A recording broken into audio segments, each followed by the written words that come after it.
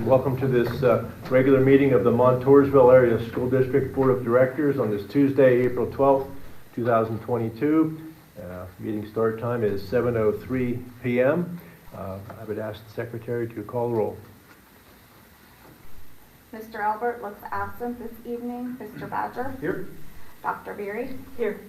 Dr. LaCrone?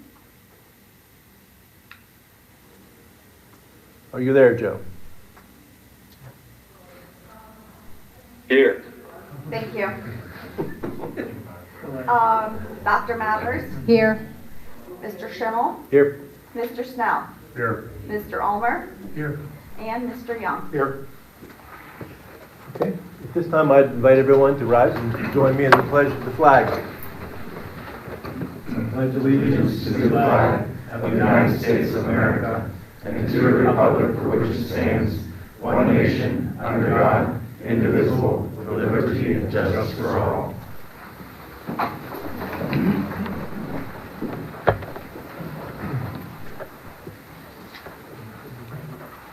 As we begin our agenda, this time we'll have recognitions and presentations. If there's anything that administration has to bring to our attention that we might want to know about, or perhaps it's in your regular report. Okay, all right. With that, we'll move to student representative presentations. Student representatives, what do you have for us tonight?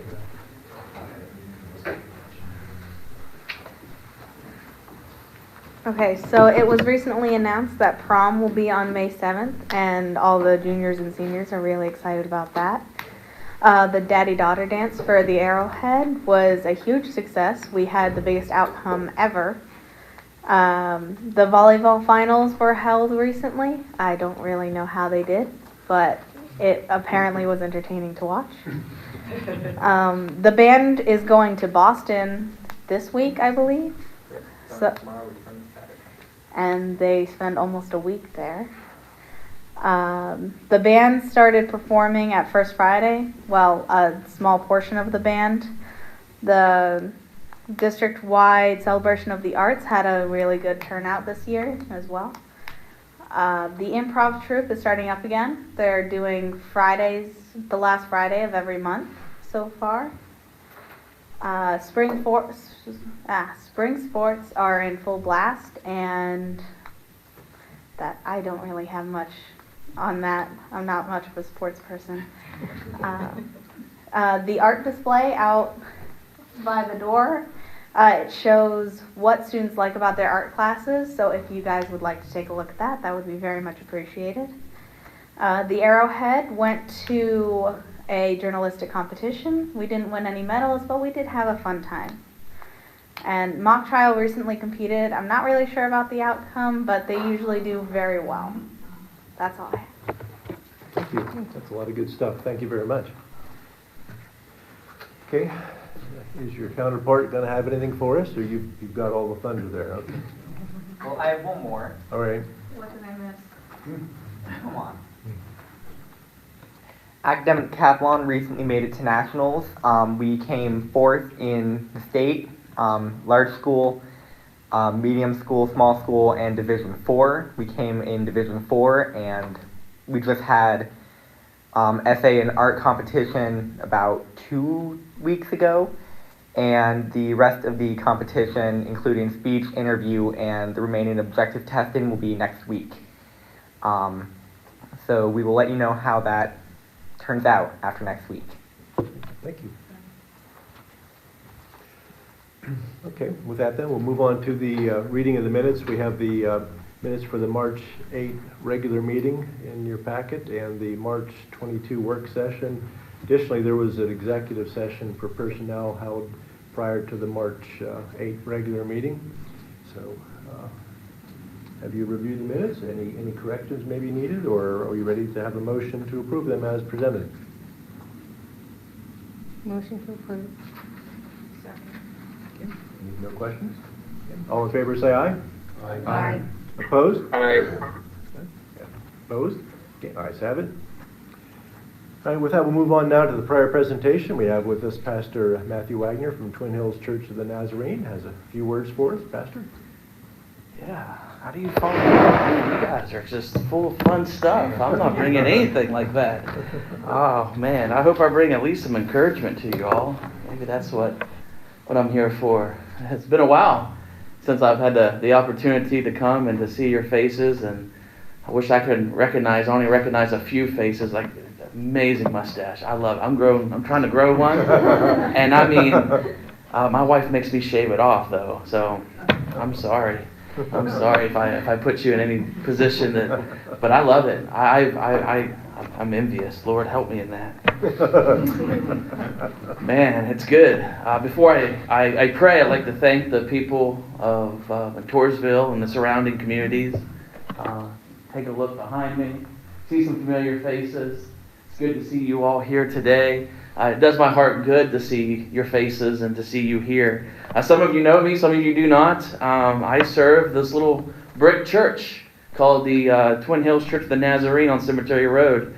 It's the one that you see when you drive to Target. I use Target because that's where my wife goes all the time. You'll see it just up on the hill there on Cemetery Road. That's the church that I pastor, and I'm also the local chaplain for our Montoursville Fire Department. So if you had some children from Leiter or Loyal Sock, I apologize because many of them probably came home saying that there was some firefighter who believed that there was milk coming out of the truck, and that was me. I was trying to make it fun and telling them that we were squirting milk out of the truck, and they would be like, no, we're squirting water, and it's a fun time, and I really enjoy being with your all's kids. I'd like to thank the board for granting me the opportunity to pray. I know sometimes it's the separation of church and state, and I get all that. So that if you are, I hate to say it, struggle with faith, I appreciate you allowing me that opportunity to show the grace for me to come up here and to pray. That's absolutely amazing to have that opportunity and for you to allow me to have that. I want to thank those who are here. One of the things that I teach the little church that I pastor is the greatest ability that we have is our availability. Everybody has it. I mean, every single person in this community and every single person here has that one ability. If there's one thing that you're wondering what you have, it's your availability. And you made that clear very well today, that you made yourself available, and I'm humbled for that. The Bible teaches us that Jesus has many names, and one of his names is faithful. And so I tend to tell people I'm grateful. So if his name is faithful, let my name be grateful. And I hope we all can be grateful today. I have seen some of the board meetings, and I've been a part of them, and I do believe we all have an idea of where we want to go. And I just pray that we're able to do that in unity together. So I'd like to pray that today is unity and gratefulness and availability, if we would. Would that be okay with you guys? I'm scared. You know what? I'm nervous. I don't do this very often in front of strangers. I'm glad I have some familiar faces. I don't know you. Are you related to the Yonkins in the fire department? No. Oh, well, there goes that idea. Just lost that stumble. All right, let's pray. Heavenly Father, we thank you for today. We thank you that we have an opportunity to just kind of calm ourselves down. And Lord, you're alone. You're worthy of all that praise, and you're worthy to be lifted up. And no one can measure your greatness and your worth. And so we're humbled for that. We're humbled and grateful. And let's be reminded tonight that we are truly debtors in your eyes. We owe a great debt to you because of your Son, Jesus. Yes, it's Passion Week this week. A week that we remember the cross and we remember the power of the resurrection. Jesus paid a debt, and that's a debt that we can't pay in return. And for that we are truly grateful. Lord, your name is faithful. Let our name be grateful. Lord, tonight I humbly ask for those in leadership to have wisdom. Grant them the thoughts they need to make the right decisions. Give them a peaceful board meeting.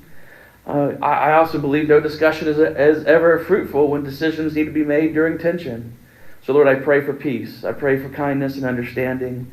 And let's be reminded that traditions are good unless they hinder growth. Help us all be more gentler and kinder and understanding in all that we do. And help us walk in harmony. Guide us and lead us and show us all the ways that we must walk to make this school and this community better. And Lord, before I lift my soul and heart and walk from this place, but all those who are here, whether they're a board member or a person who lives in the school district, Let us all be reminded that just showing up today, that speaks volumes. And it shows that being here tonight is really a call for unity, to work together for a better education for our children. Lord, they are our future. Let us be found faithful, so that they can too learn to be grateful, just like all these beautiful souls that are here tonight. Lord, we love you. Thank you. In Jesus' name we pray. Amen. Appreciate you all. Thank you, Pastor. Thank you. Okay, at this time, we'll move on to the public comment section of the meeting, and residents and taxpayers are invited to speak to the board on matters of concern, any official action, or matters that we'll be deliberating. We'll give you three minutes of unpaused time frame to speak to us. So if there's any, please come forward and tell us who you are and where you live.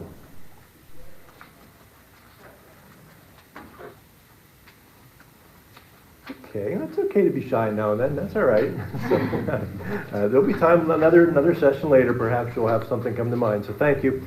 We'll move now to the business manager's report. And Madam Secretary, would you walk us through that? Yes, I will.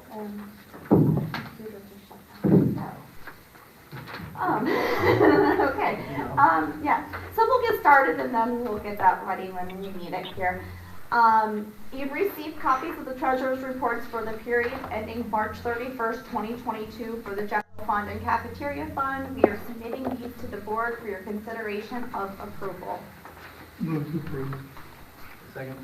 I have a motion and a second. Any questions or discussion on the general fund? Okay, Joe? Don't know what that was. Any questions or discussion on the general fund or? Is he asking a question? Joe, are you asking a question? No, I'm not asking a question. Okay, thank you. There was some background chatter of some kind, Joe. Okay, questions, discussion? All right, hearing nothing, then all in favor, say aye. Aye. Opposed? Okay, opposed?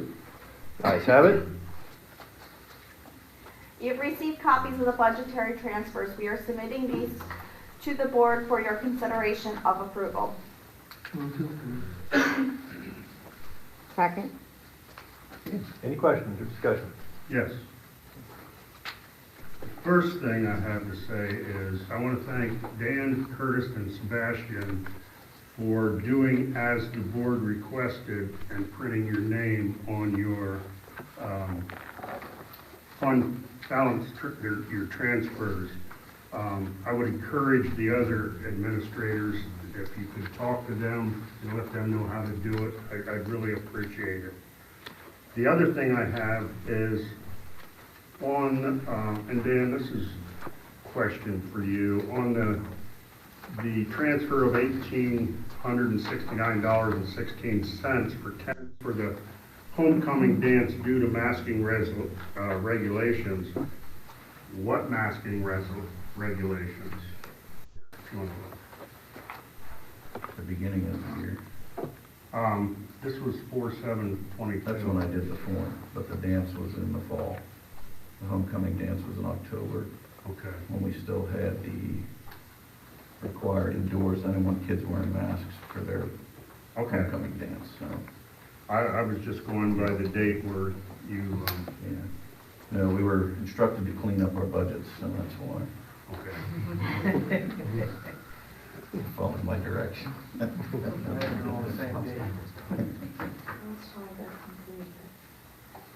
Okay, any other questions on the budget transfers? If not, then all in favor say aye. Aye. And Aye. opposed? Okay, ayes have it. All right, moving on to the presentation of the bills.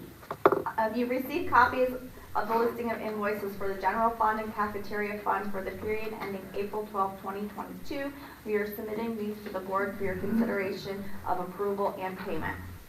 Move to approve. Second. And any questions? I'm sorry. Yes.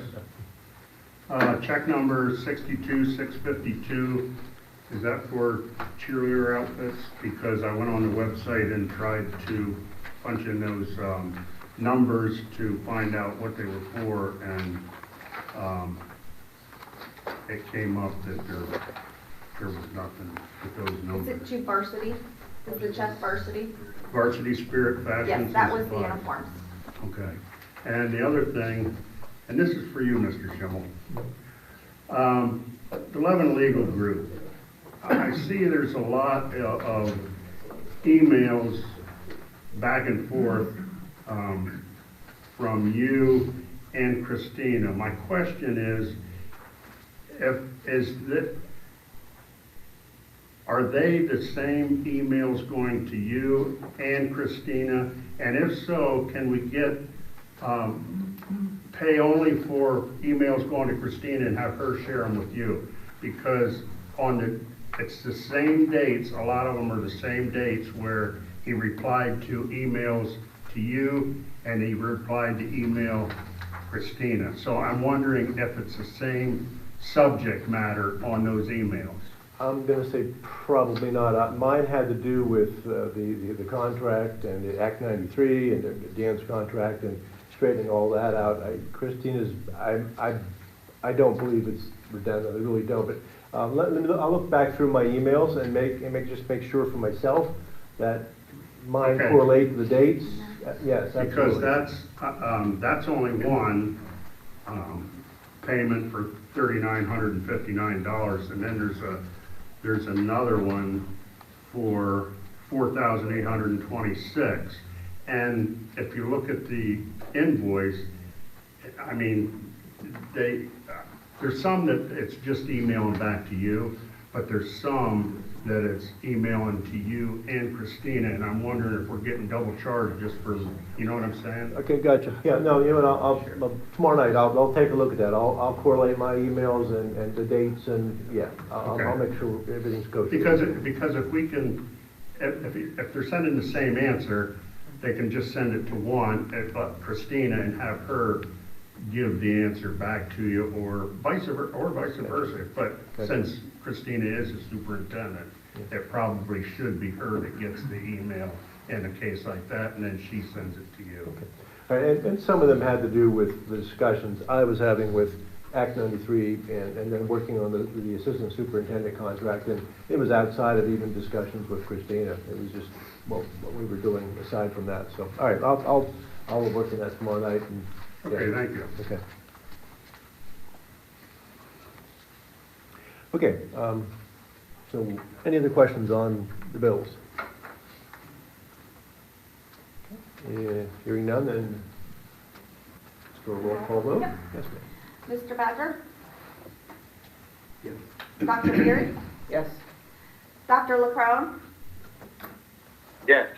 Dr. Mathers? Yes. Mr. Schimmel? Yes. Mr. Snow? Yes. Mr. Ulmer? Yes. And Mr. Young? Yes. All right. And we are just working on getting this set up here. So giving you an update, I thought this is going to be a while. Nope. Okay. Well, I will start while he's working on that. I'm going to go over something else. Mrs. Basin asked me to inform the board on the timeline with the county grant that we received that we had the audit finding on. She wanted me just to go over it with you. I do have the documents here. I didn't make copies of all of them because it is quite a few documents. And I just figured if you wanted to see it, you could meet with me or schedule time and we can go over it again together. But she did want me to let everyone know the timeline and how everything happened. So on July 8th, we received a letter from the county. And in this letter, it states that it can be used for any lost revenue. And it says it right here in this middle part of the letter, and it's signed by the county commissioners. All have their signatures on it here. So that was received here. We do have that. And then along with that letter, we received the application And on the application down here, it does have a place on here to put lost revenues. So she wanted me to share that with you. And that all happened on July 8th. And going forward from the 2020 Okay. of 20. Okay, sorry. Yes, there's several years here. Then the county commissioners had a presentation from the Department of Community and Economic Development, and this presentation was on August 4th, 2022. During this 2021? oh my goodness, yes, 2020, Okay. no, 2020. Oh, 2020. okay. Yes, 2020, over 2 years ago, okay. I'll try to get that right. And in this presentation, in here, it says revenue replacement, and it says use at your own risk, but it didn't say that they couldn't. So moving forward, we received the check on October 19th, 2020, and then January 15th, 2021, we finally got the rules that go along, well, we didn't get them, but they were released in the Federal Register. So they were released then, and that was after we received the money. The money was supposed to be spent by December 31st, 2020. They released this on January 15th and extended it until December 31st, 2021 in this, but the money was already supposed to be spent and done. And also in this, it said it on page 4192, less than $500 per student is de minimis. The county gave us around $200 per student. So because it was de minimis, it said that no reporting was even required. And then it does go further in here and talk about the funds and what it can be used for. And it's several pages long. You can look at it. But basically it was de minimis. It didn't matter. There was no reporting required for it, for the county. So after our last meeting, Mrs. Basin met with the auditor again. She talked to Maya Toon down at the commissioner's office, and after all that, the email back from Maya Toon was, the solicitor has reviewed and is agreement with me. Please know as our opinion that the case is closed as discussed with Commissioner. The audit was conducted by the state on these funds, and I received a clean audit. As a result, as such, the grant was deemed complete and closed. So in here, she did talk about that I'm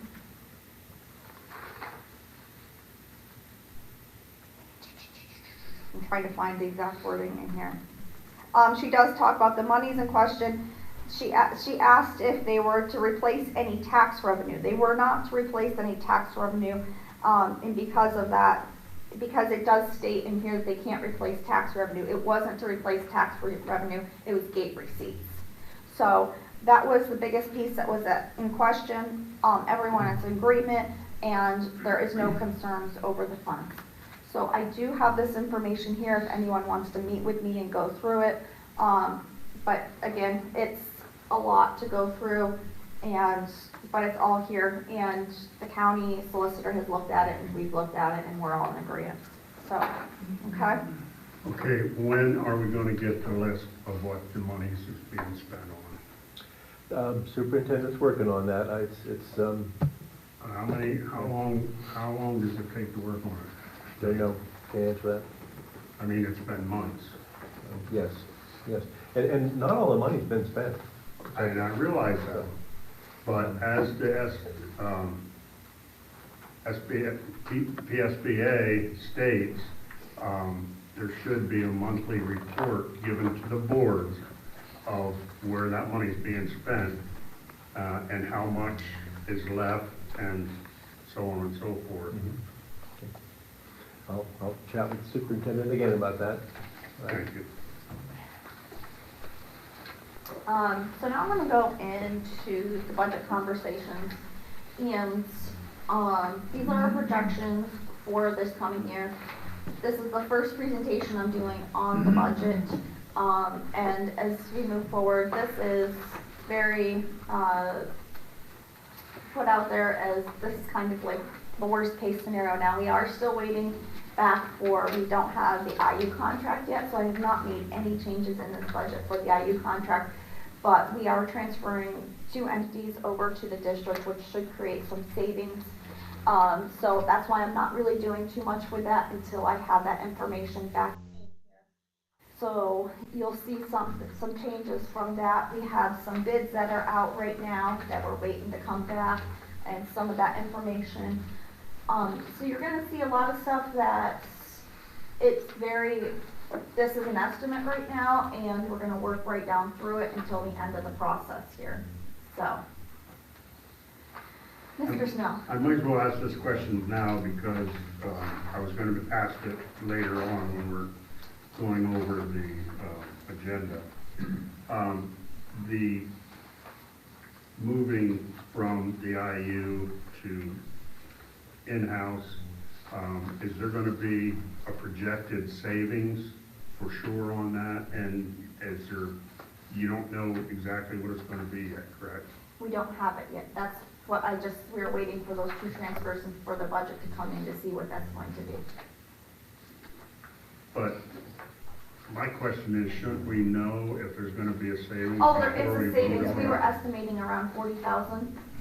Okay, so there is going to be a savings. Yes, okay. I thought that was already sent out to you. I'm sorry.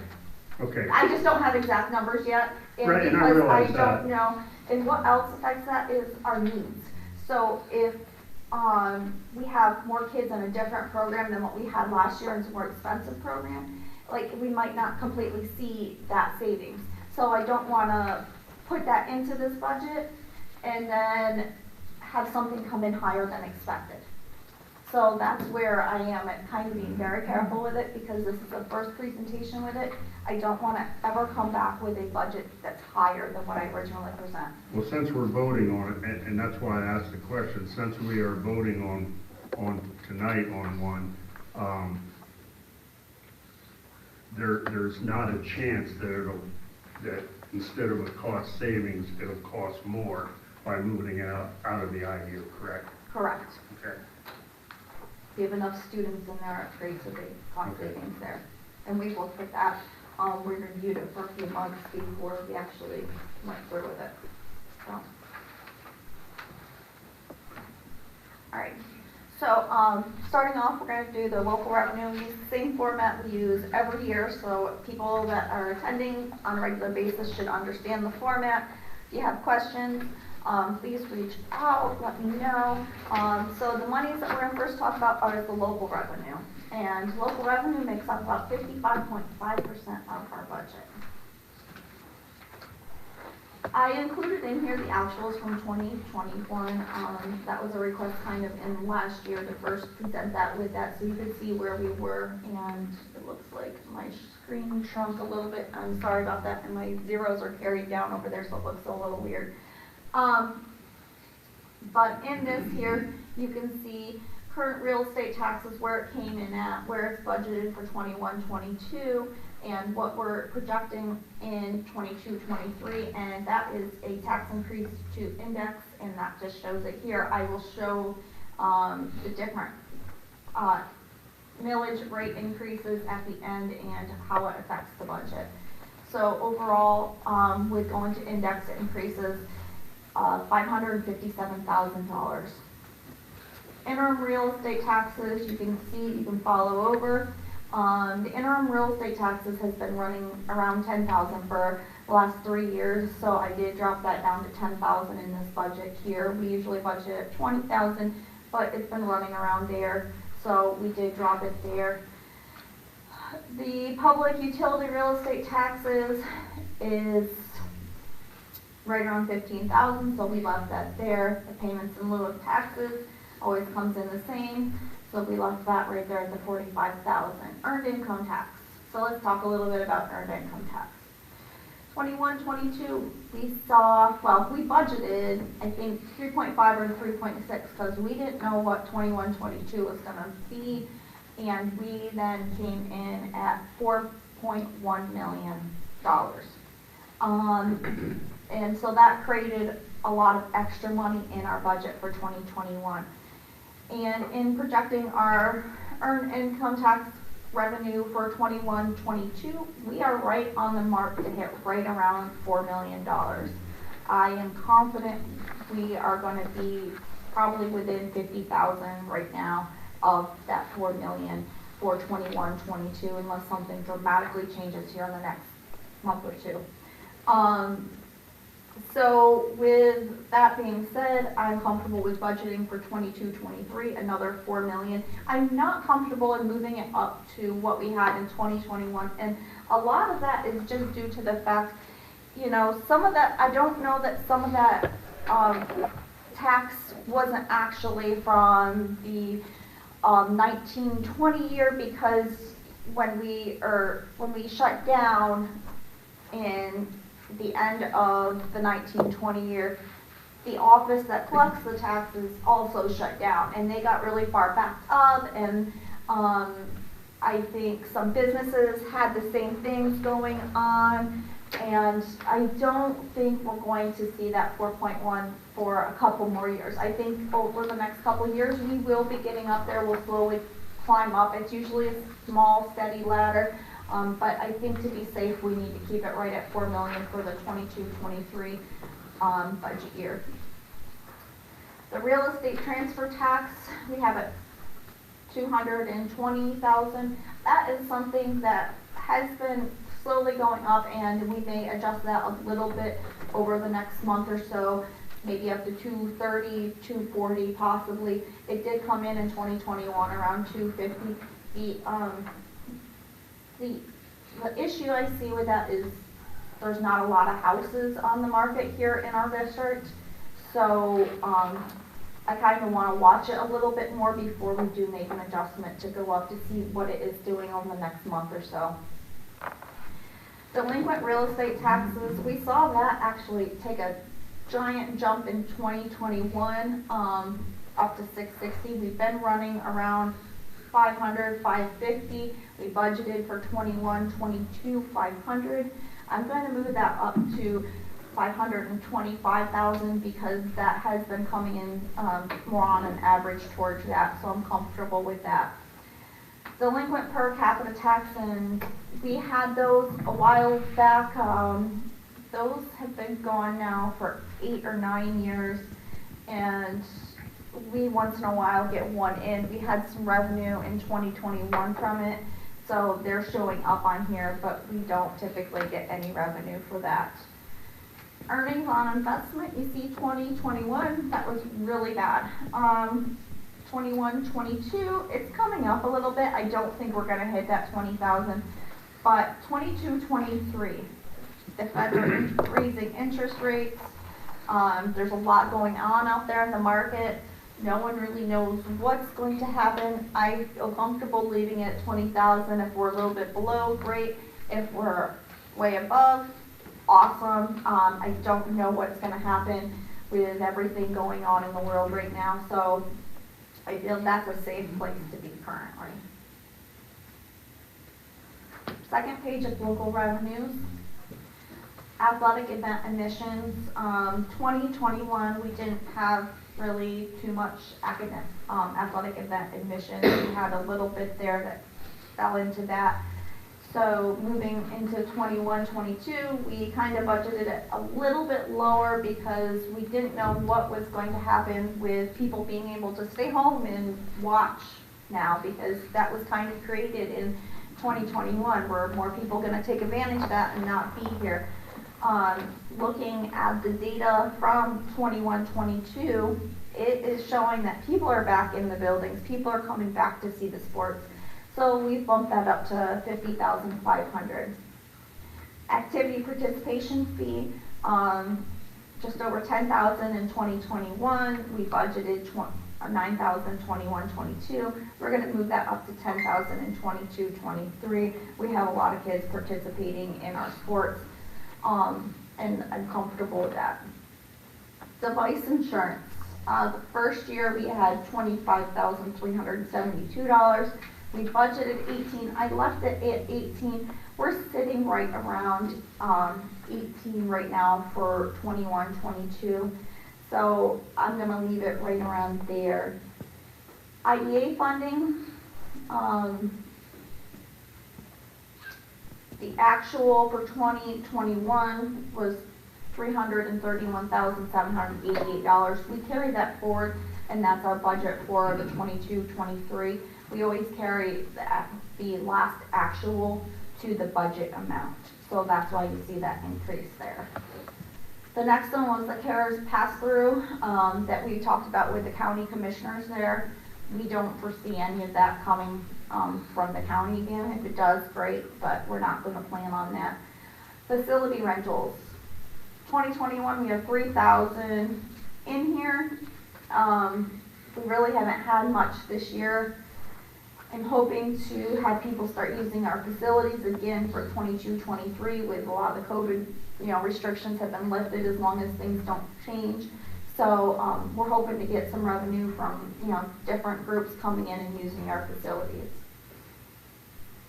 Tuition payments have been coming in right around 90,000 the last few years. We budgeted 80 last year. I did bump it up a little bit there into 86,250, which is an increase of $6,250. Miscellaneous revenue. This is tax certifications coming in. These are miscellaneous donations, just all kinds of little things like tobacco fines and stuff like that. So those are things that we really don't know what's going to happen, and we usually budget around 20,000, so I left that there. Overall, you see an increase of 590,120, and most of that is coming from the increase in real estate taxes that I have put in here for this. So that is the local revenue. Can I ask you a question? Certainly. Why do you put in the increase to the index, increase in taxes to the index when you're starting the budget process? Just to show what it looks like at that point. Once we get through to the end, you'll see I have a couple different scenarios there. Okay. It's just the way I do it, because then it's a work down. Question?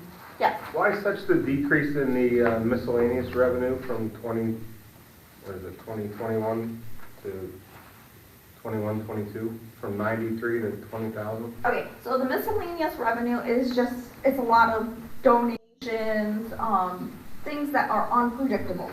Okay, so in 2021, it may have been high. We may have had a lot of different donations come in and that kind of stuff. We usually budget it around $20,000 because it's not a guaranteed source of income. Does that make sense? Yes. Okay. So it was over budget 20 to 21, but you don't want to count on. Right. Well, we already know that 21-22 is going to come in more than 20,000. I would have to double check it for you, but there's a lot of different stuff that's come in, yes. Yeah. Okay. So moving over to state. State monies, we get about 38.67% of our revenue from the state. I did nothing with the basic ed subsidy, okay?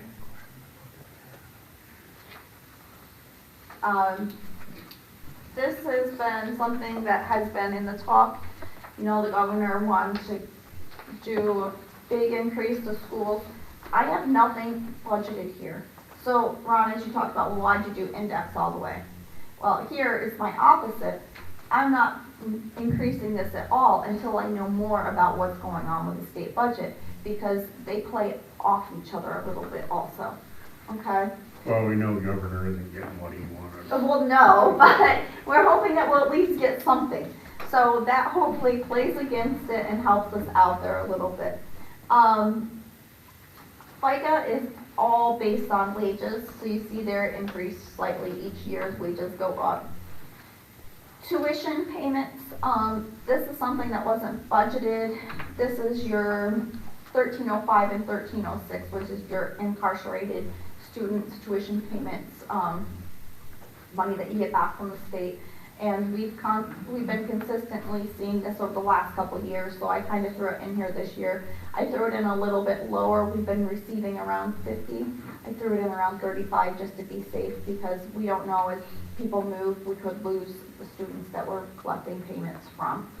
So we did put that 35,000 in there. Special education subsidy. Again, that's the same as the basic ed subsidy. Until I have more information on what's going on in the state budget, to be safe, let's leave it even, and as we get more information, we'll work our way up.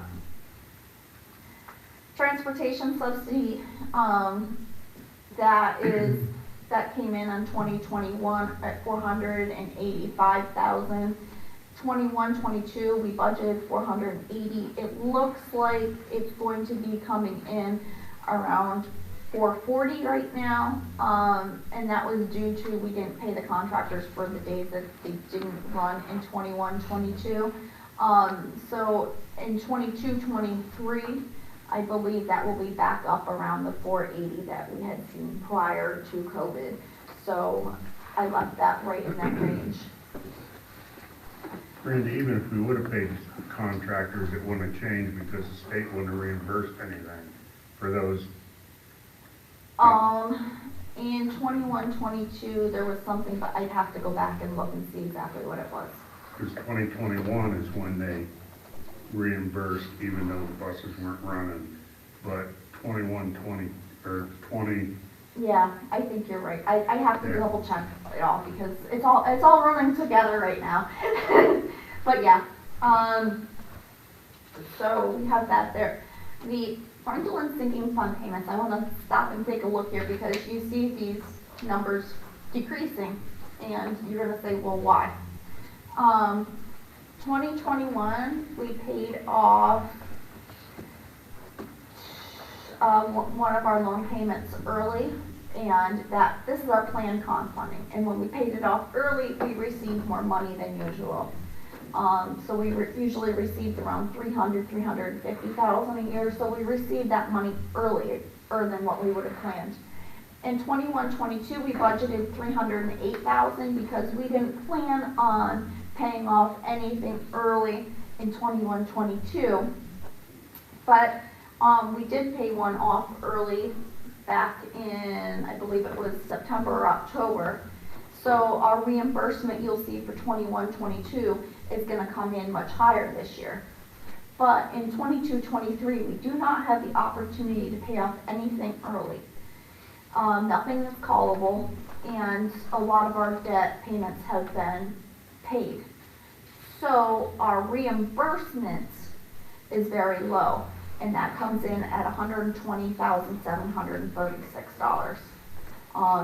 And that is based on the market value ratio of this year, so that will change a little bit, but it won't change significantly as we move forward for the 22-23 year. Now, 23-24, you'll see that will go back up because all the early payments are done, and we have that wraparound debt. So we have that consistent debt payment. So because of that, you'll see this in the 23-24 budget go back up to around $350,000. Okay. Any questions about that? All right. Okay. Medical dental is where it always comes in at. State property tax reduction allocation is consistent. The Safe School grant, that was a grant that we received in 2021. We don't have anything for 21-22 as of yet, and I'm not projecting anything for 2023 with that one. EPA block grant is consistently the same every year, and the other income from state is our PSERS, the states have the PSERS money back to us. So overall, you see a loss in state revenue, and that is just basically due to the simple fact that we paid off debt early, so we got our PlanCon reimbursement early in prior years. We're getting it in we got it in 2021, and we'll get it in 21, 22. So we won't have that revenue in 22, 23. So that's why you see the loss of revenue there overall. Now, hopefully, as we get more information about the state budget, we'll see that come back up a little bit, hoping that we get some more money for basic ed subsidy and special ed subsidy. Any questions on state revenue?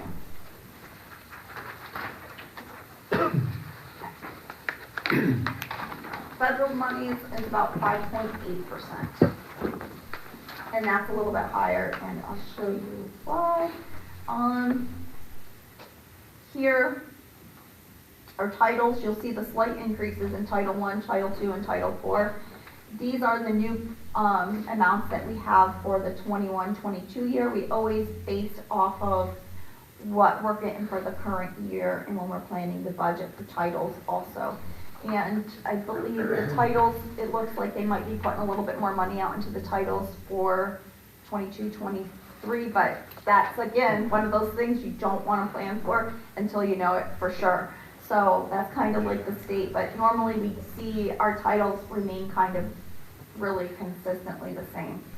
The new one out there is the ESSERs and the GEAR funds. Those are your end-of-year COVID relief funds.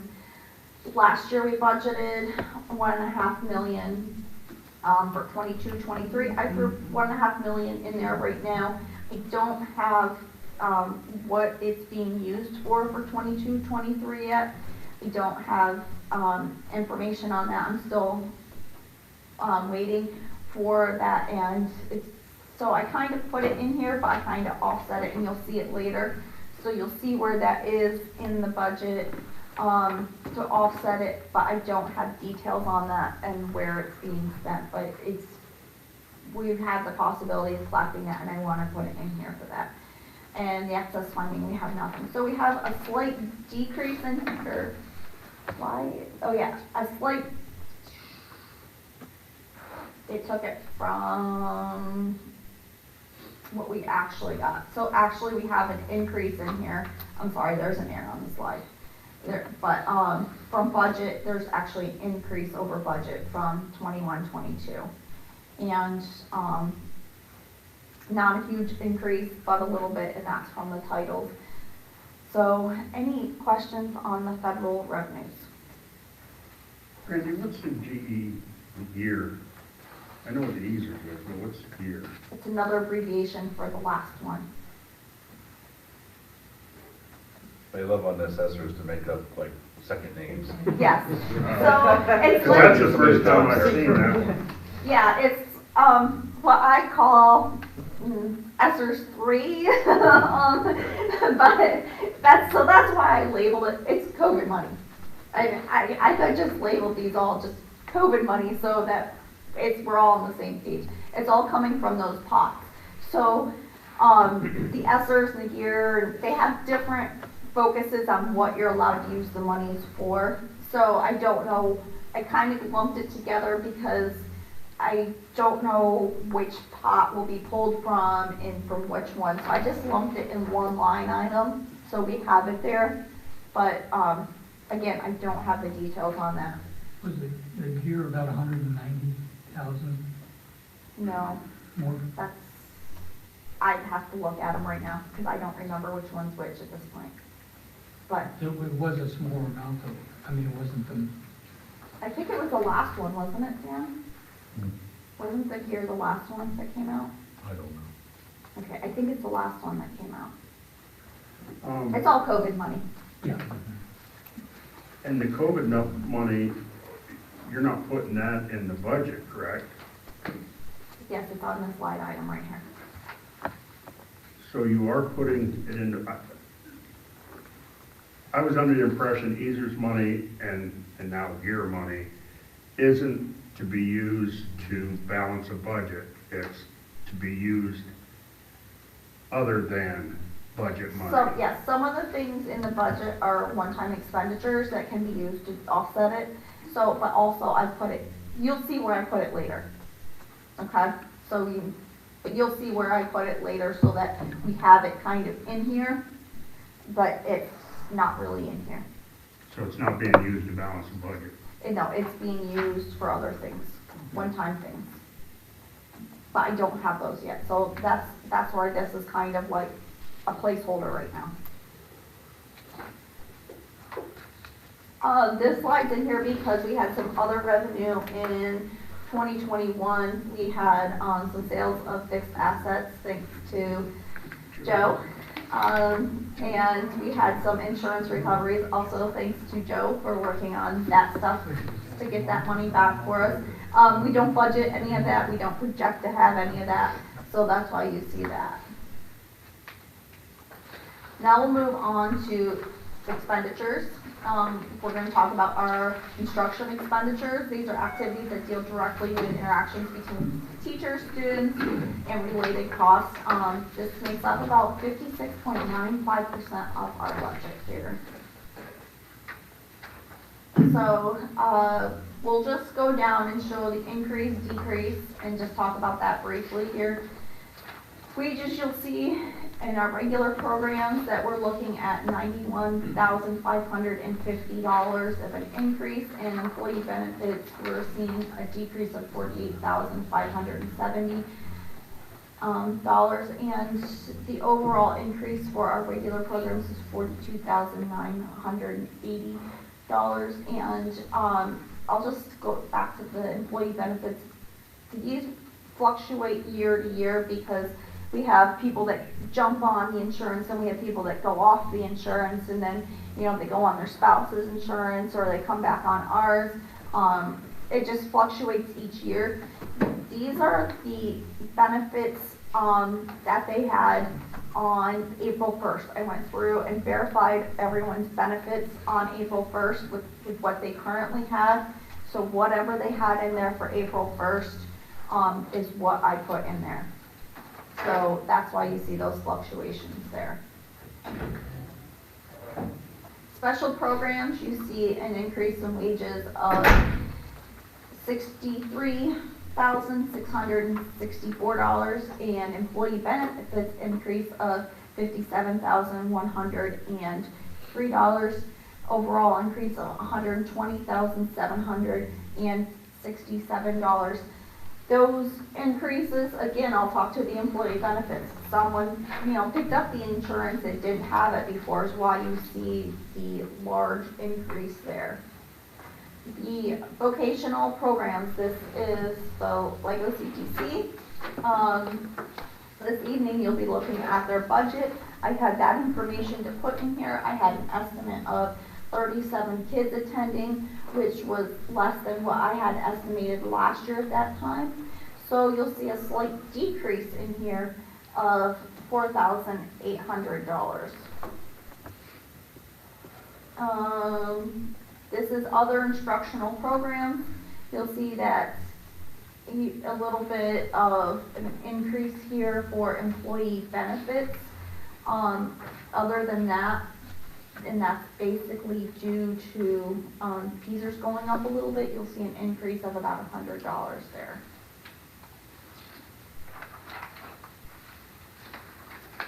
Non-public schools, that is on here because with ESSER's funds we had to supply some money in 2021 for supplies for non-public schools out of those grants. And that's why that did show up here. I don't have anything budgeted as of yet because I do not know of anything going out to non-public schools again.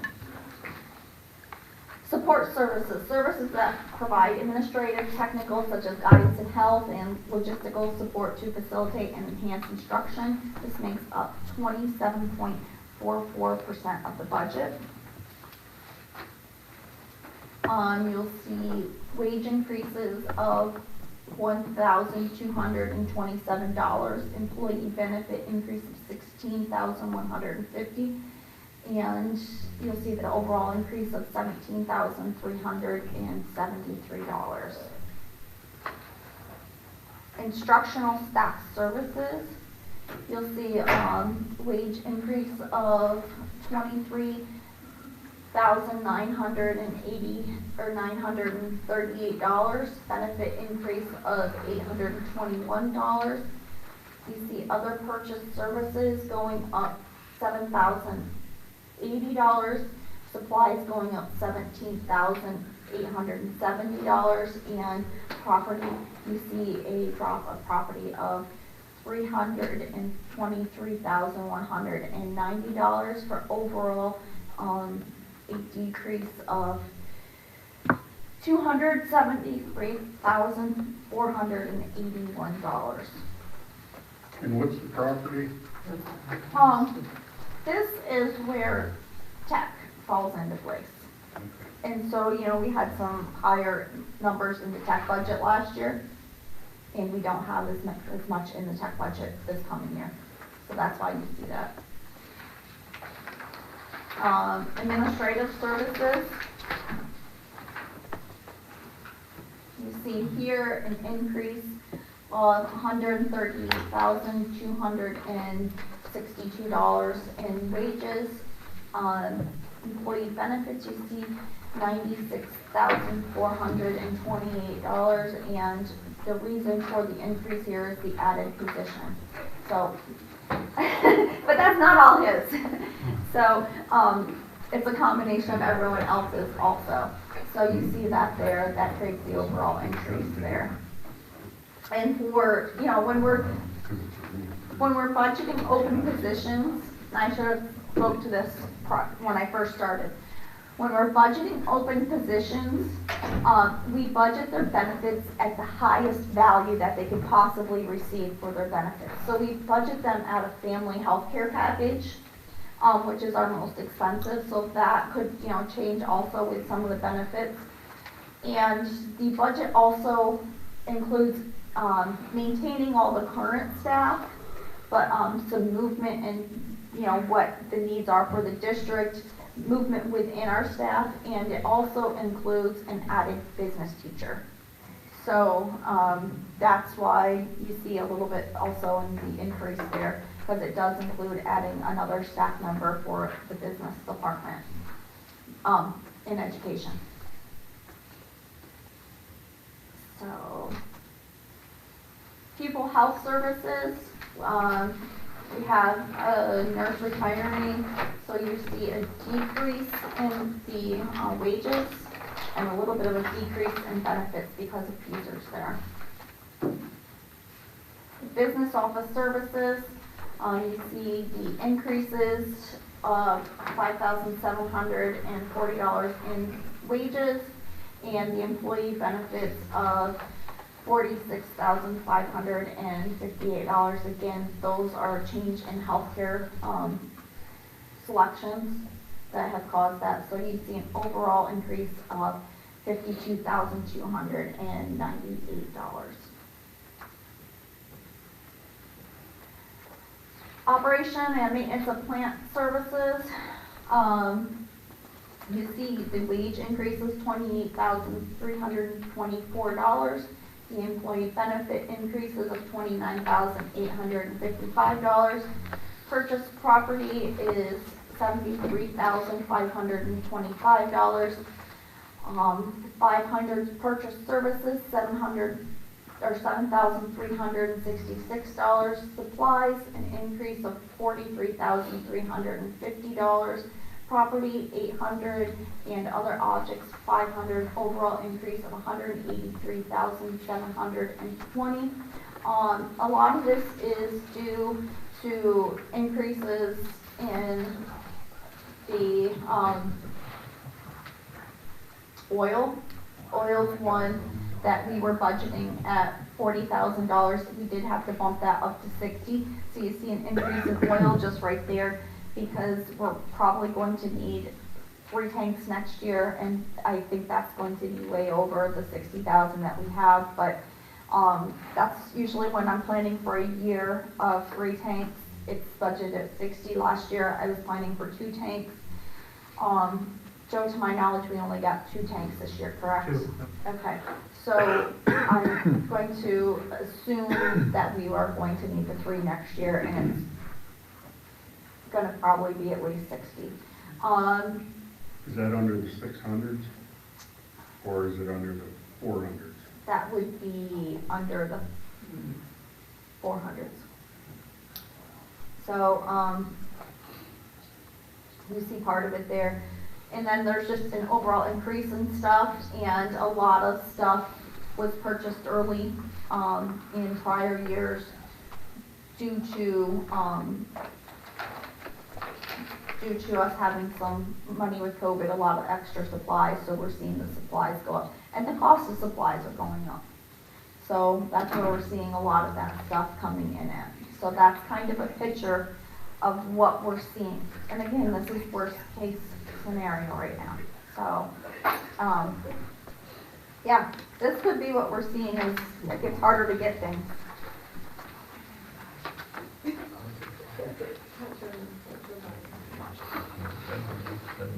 Right, if we don't receive them, we don't going to spend the money on them either, so, you know. Randy, you said under the 400s that oil going up 20,000. What's the other 50,000, or 53,000 increase? Just general stuff that we have coming in. I'd have to go through detail by detail line item to really look at it again. I did his. Yeah. That's everything to do with any kind of inspection, like fire extinguishers, fire alarm, waters, I mean, anything we do for testing, or people have to come in and work on, so that's 431, stuff like that. And all that stuff's just going up just a little bit, but once it's all going up a little bit, right, it's all going up a little bit, and it starts adding up really quickly. Joe, can you sell something? Joe, go sell something. Garage sale. The problem is when you sell something, then you want new.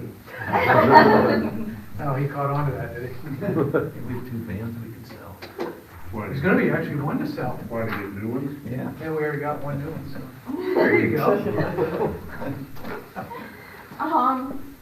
Looking over into student transportation services, 300 is your aid services. We've been seeing an increase in the aid services as we saw in, 2020 or 20 and 21, and we were budgeting 75,000, projecting it up to 100, but I may need to adjust that a little bit more depending on what we're looking at. And then 500 is our contracted services. And you see there, we have a little bit of an increase moving into 21, 22. So overall transportation increase of 60,000 in the budget. Expenditures, these are non-instructional. So these make up 2% of our budget. And these are like our student activities and our sports. So you'll see here wages, we have an increase of about $6,000. Employee benefits, that's due to teasers, $3,400. And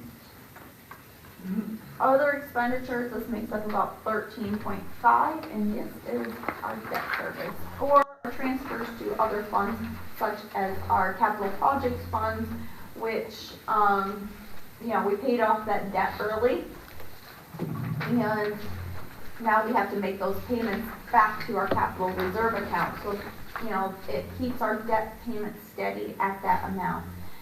And in 2021, we had 3.4 million. Our budget for 21-22, which was our high year. So you'll see some savings here, was around 3.6.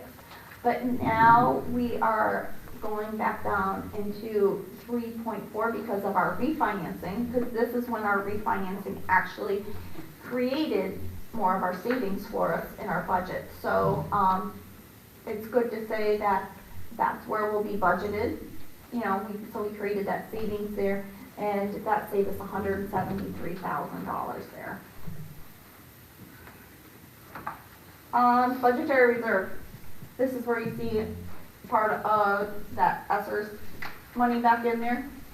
See that million? This is what we did last year. We just kind of reserve that spot there for ESSER stuff or whatever we need there.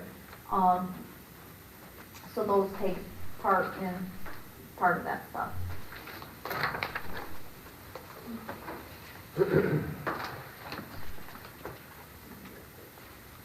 Yes, it was 1.5 that was originally put in there. How'd you know that's what I was looking for? Because I can read your mind. But, oh, I can. I see that look.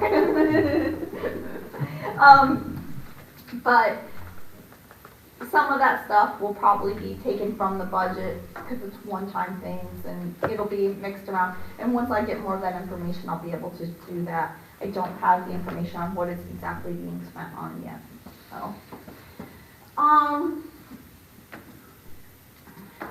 So the budget summary. Well, 2021 was a great year.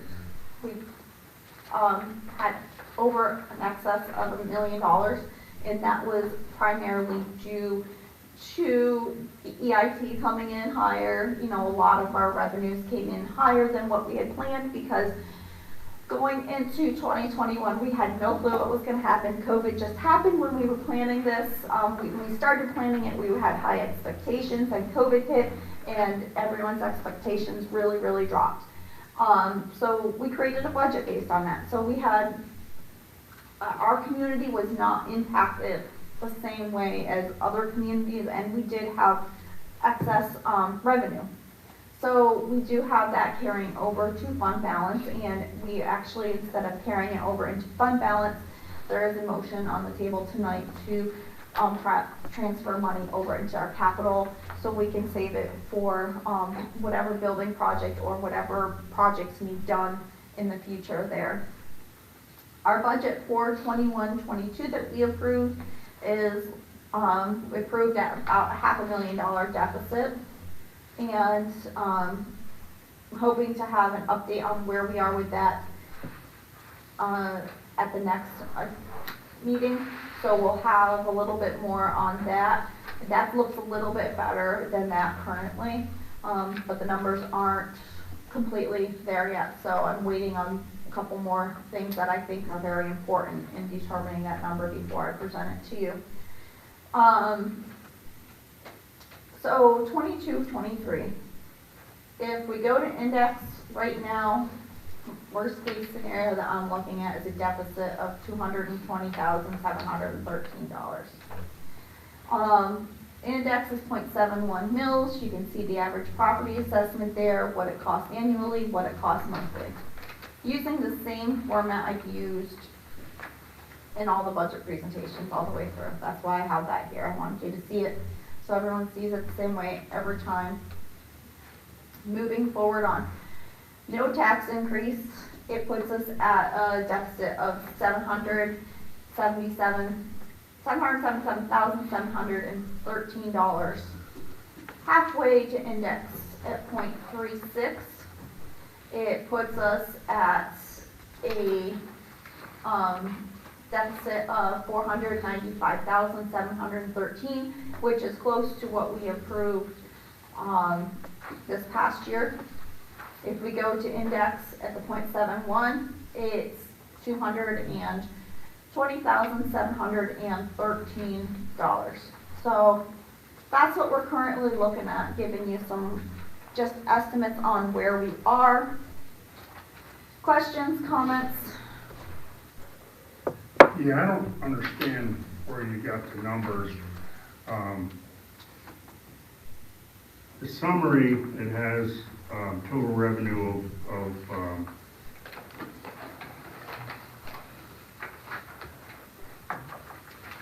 a $534,391 increase, and expenditures an increase of $265,848, which means because we had a deficit the prior year. There would be a deficit, or no, there'd be a plus 269. No, because our deficit was, $489.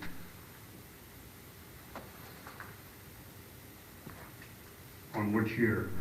For 21-22. Okay, I see where you got it now. It is very confusing. No, I see where you get it now. I wasn't looking over there at the deficit on 21-22. Because your deficit always carries forward Right. and hurts you. I gotta tell you, these copies, they're terrible. No I kidding. mean, my vision is getting bad. They're really. Saving money on color, Dale. Yeah, I have to keep looking up here, but then I have trouble, it's distance. Can't you print it black and white?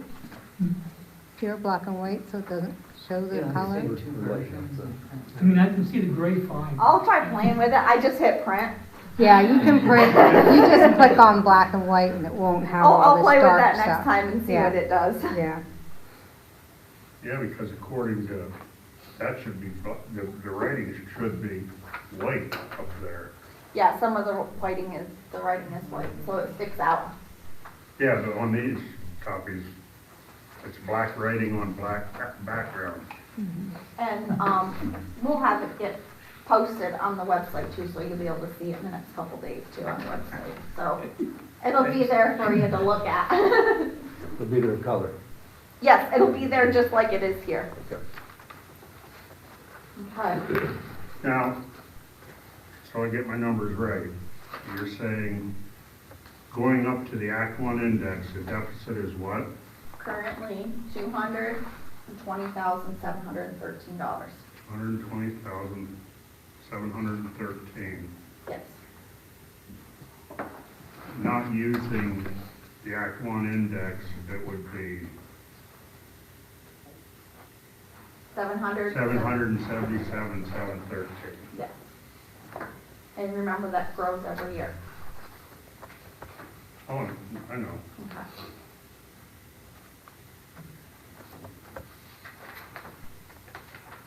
So looking at fund balance here, where we're projected to be for June 30th, 2022, just to show you where that is looking at. Currently with the current budget, it's going to be around 3.5 almost, but 359,000 of that is committed currently. And we can change what that's committed for, because we're not really using it for what it's committed for. So if we decide to change it, we can do that in the future also. So that might be something that we want to talk about, moving that, you know, to a different committed piece. But you see in here that we did go up to 5 million with the excess revenues, but then we are transferring it to capital.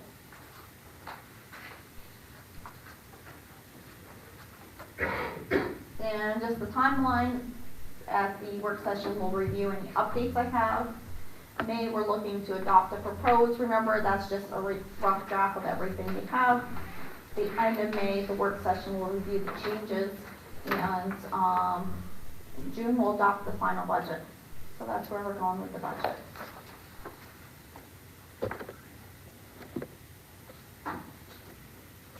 Any other questions? Yeah, I'm gonna have one here in a minute. Okay. Can I move the slide onto the screen so it helps you? What slide are you Go looking back to the fund balance at? Yep, slide. right up.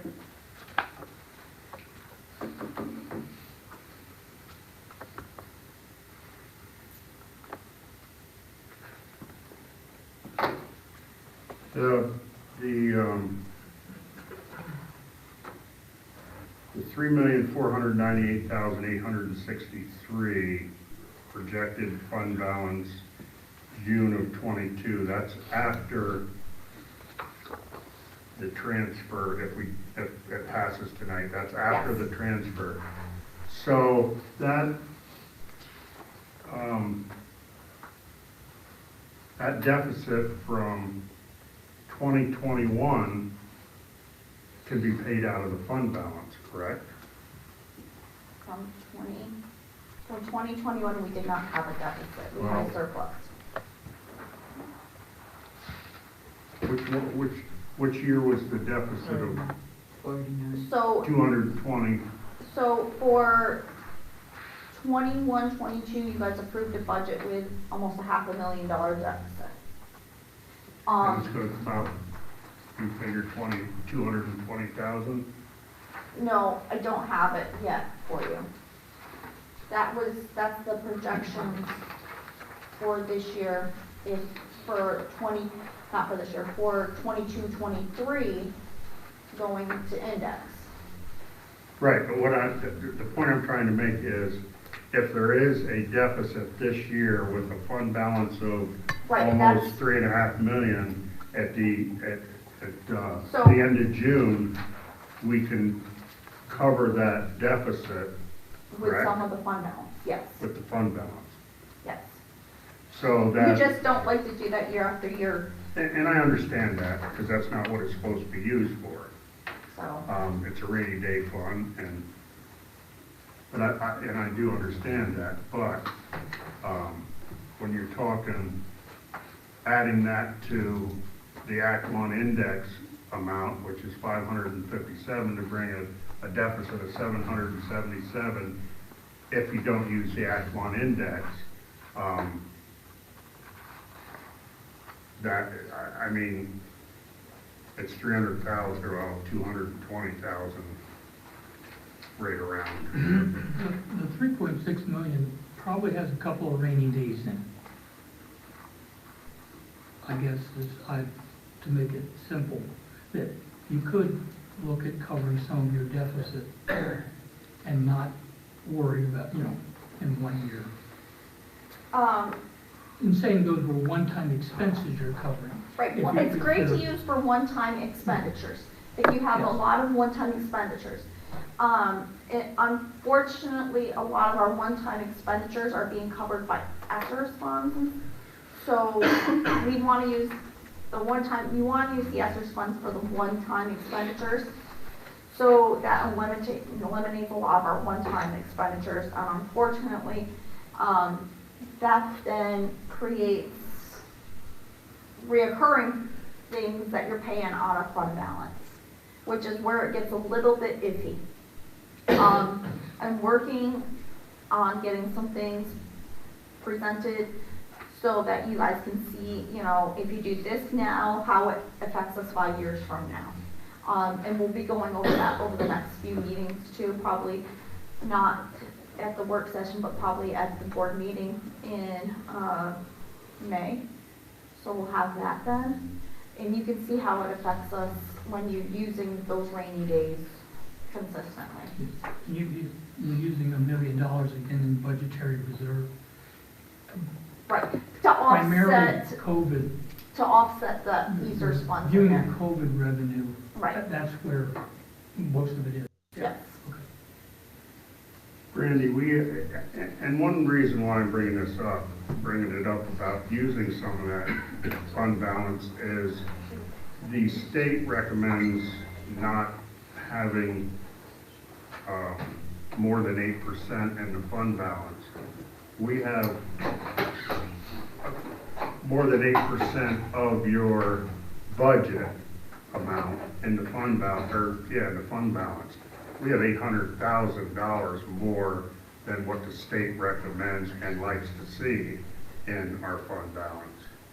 And that's why I did make the comment that we need to look at our assigned and committed funds and maybe commit some of that to something for a future building, project or improvements or some kind of capital, or maybe end up moving just more of it over to capital, because I think that's where we're seeing the needs right now, and that might be a good place to have some of that to help take care of those things without taking on as much additional debt, because our debt service payments are $3.5 million a year.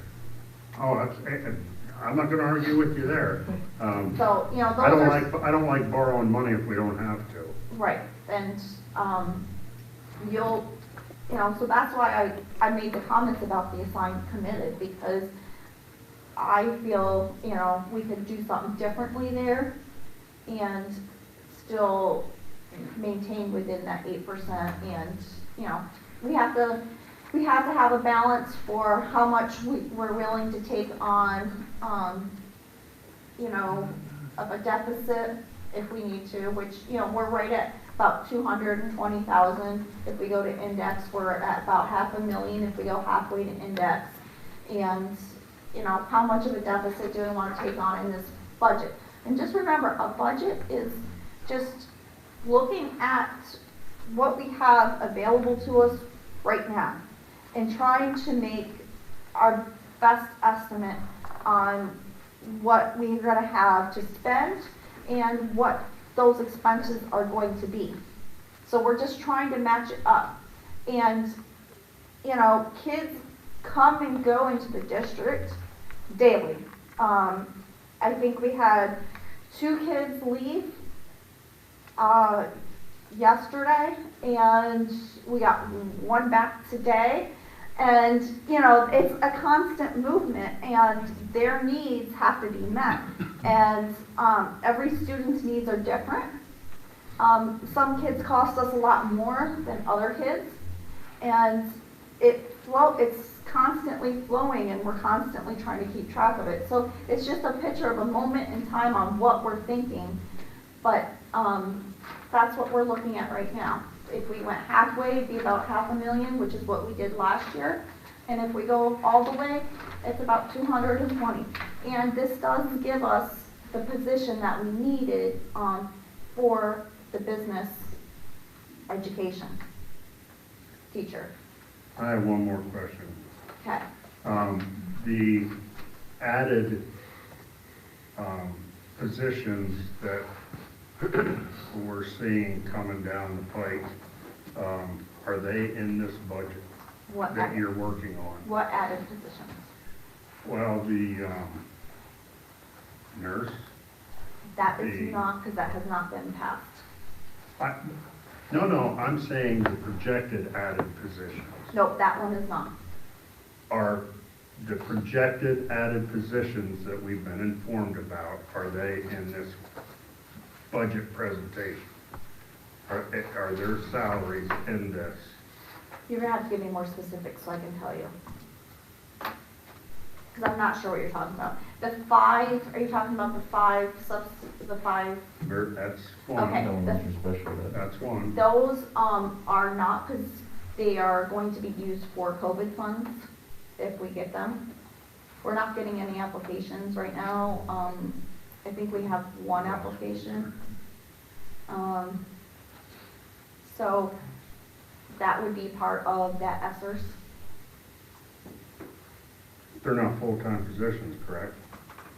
I believe that's what you guys approved was full-time positions.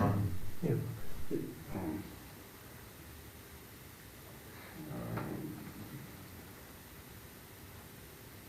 question was whether they were permanent or temporary. Right. Yeah. Well, that's what I meant. Permanent or temporary. Reading specialist, health room nurse, technician. The reading specialist in there. School psychologist. That's, That's in there. Science teacher and a high school guidance counselor, they're in there. Yep. I knew they was in there. the school psychologist will be a washout with the IU. That's part of the IU contract. Okay. Okay? We're not getting applications for any of those? Oh, no, we have applications for some of them, yes. It was the high special ed. Yeah, we didn't receive any for that. So, Well, that's because, according to the email, that's not going to be until the graduating class. We hope. Yeah. Right. Hope. But we've had them out there. Well, yeah, you would think that people would be applying now because they know they're going to graduate. I mean, Mr. Hannon and I interviewed one, and we're comfortable moving forward, and that person decided not, so. One that hasn't graduated yet? No, one who was currently in the field was available. okay. We interviewed, we're comfortable seeing if that person would be a fit, and they decided not to take the position, so. Can we reach out to the colleges Oh, we have. It is a very difficult market. Very difficult. Great for employees. Yeah. But what we're seeing in the teaching field is the kids coming out of college. I shouldn't call them kids, but They are not. They're not. yeah, they are. They are looking to go home, and there are positions available home now. So that's why we lost a couple this year. No, a couple of our regular employees. They were younger and they wanted to get home, closer to home. So that's a challenge for us. I see, I get emails every day of positions open in districts, and the lists are just long. And it used to be, the emails you get, they'd have 1 or 2 positions they're looking for. Now it's like 7 to 10 that they're looking for. So there's a lot of more people retiring and not as many people out there to come in and take those jobs. 66% fewer certifications are occurring in Pennsylvania, and it's hitting a crisis point. Now, was that during COVID because of COVID? That was Now over. it's just a trend. Yeah, that was over a few years. There are some colleges shutting down their education programs because people just aren't going into this. It's not as appealing of a profession as it once was, and there are many factors there.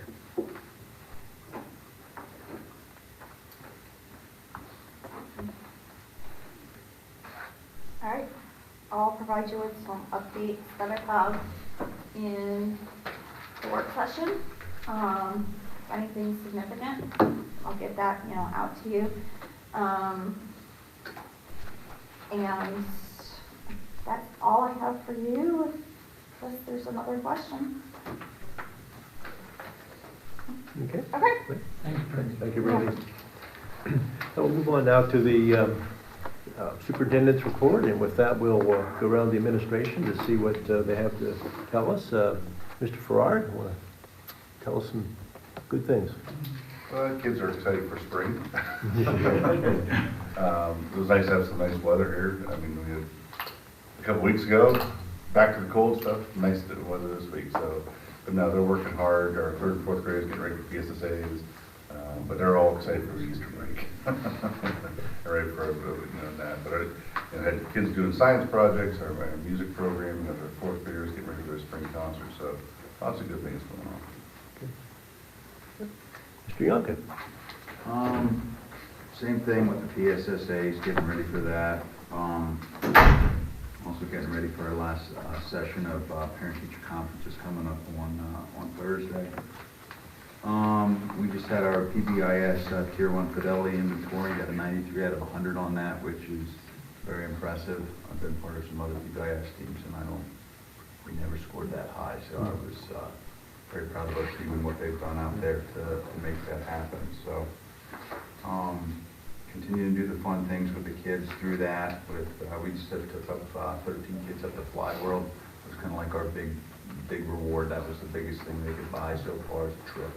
So we had 13 kids we took up there for a while. That was a good time. Getting excited. I got to get to talk with Dan about next week. I've already talked to a couple of the kids, high school kids that I've seen about coming out. Got parent permission already to get some of our seniors and the junior kids in the high school coming out to have dinner or lunch with some of our elementary kids as one of their rewards. They use the points to buy that. So that's going to be a pretty cool day.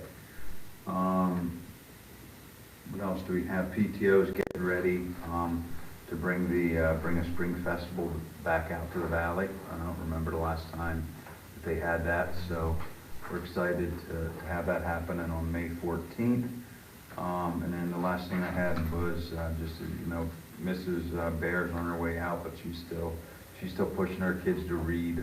She did a really cool thing, March Madness, where the kids read. She sets it up like a bracket, a tournament, and each day is a quarter.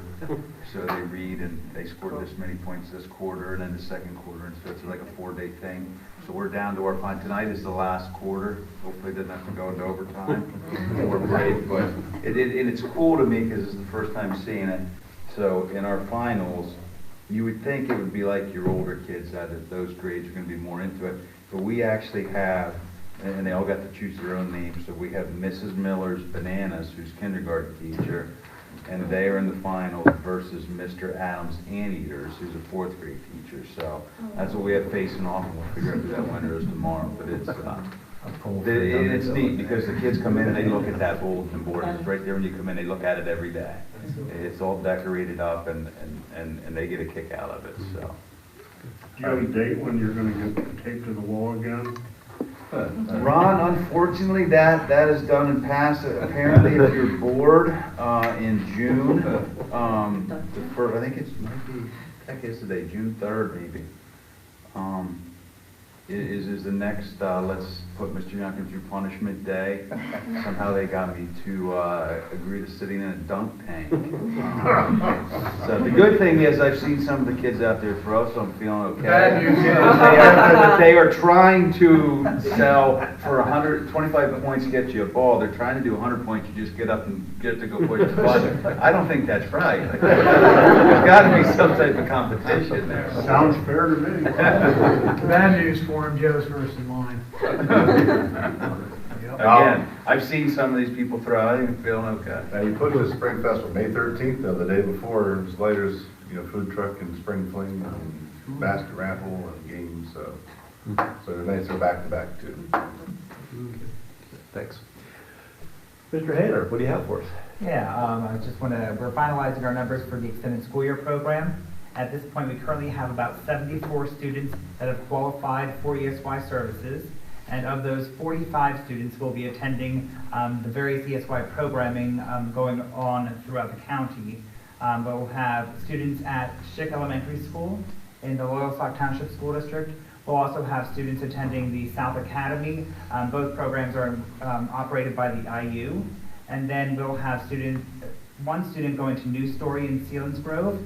And we have, we're providing some services within our district with our speech therapist for some students. And then also we have a few students that will be exploring, or in the community, participating in the Explore program operated by the IU. Enrollment updates that I wanted to share with you. We currently have 348 students that receive services through special education as well as gifted education, and 38 students that have 504 service agreements.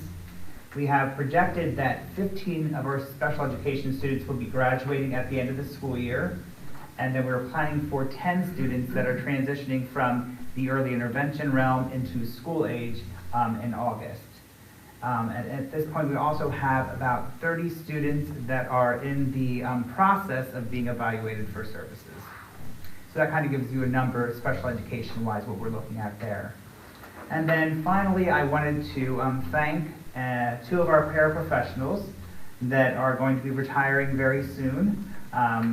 Both ladies have really had a positive impact on our students during the course of their careers. And the students were very fortunate to have worked with such great paraeducators. And the 2 that are retiring are Valerie Mowry from Loyalsock Valley Elementary School. She'll finish her career with us actually tomorrow. I have it wrong in the notes here. She has worked with us for 19 years.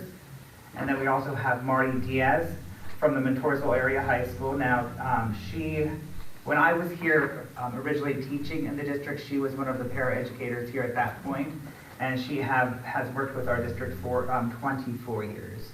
So I want to make sure that they're both recognized and thanked for their years of service to our district. Good. Thank you. Good. Hey, Joe. Hey, Rob. 4 out of the 6 microphones on this table are dead. That means you guys talk too long. Mine's still working. No, it's not. Oh, I thought it was. No. It's flashing. Sue's is. Sue doesn't talk. And Dave's is. Yeah, Green's good to go. You used up all your talking. Well, the reason why I brought it up is because we have people online that possibly that would like to hear. I got some matters. Okay. Mr. Tormino.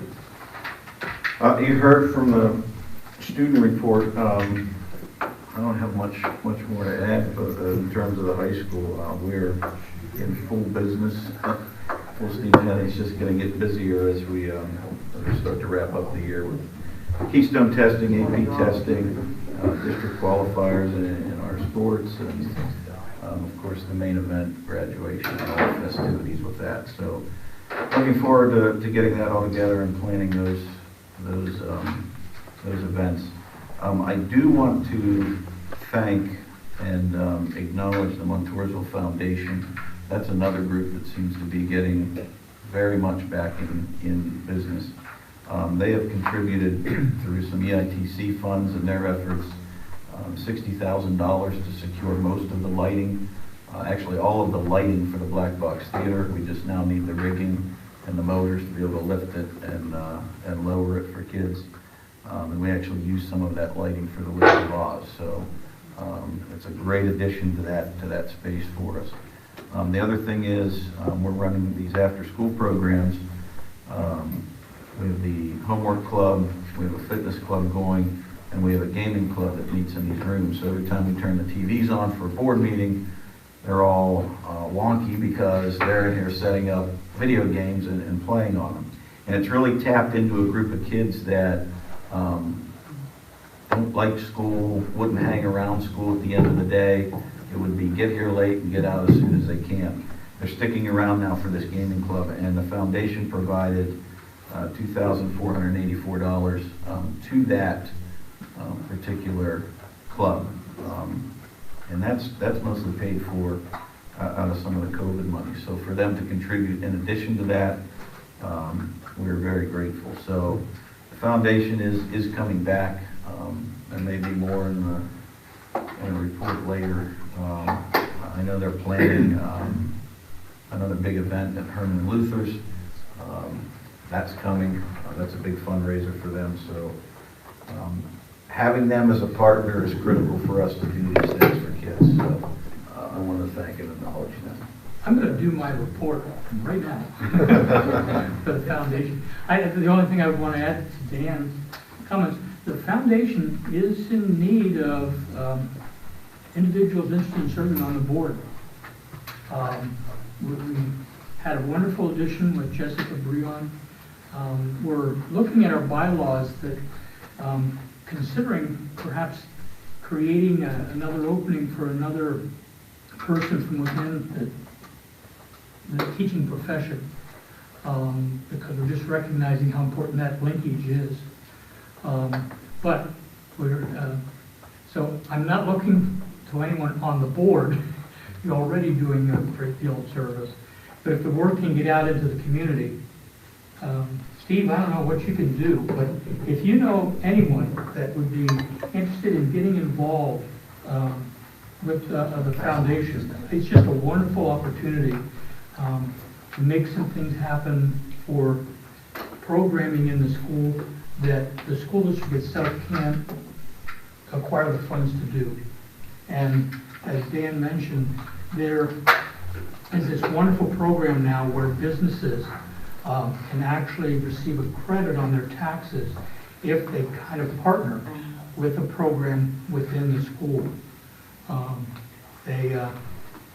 There's a linkage there that can only happen through foundations, and that's what our foundation has been able to do. And so again, if you know of anyone that you think might be an interested candidate, please have them contact me or anyone else on the foundation.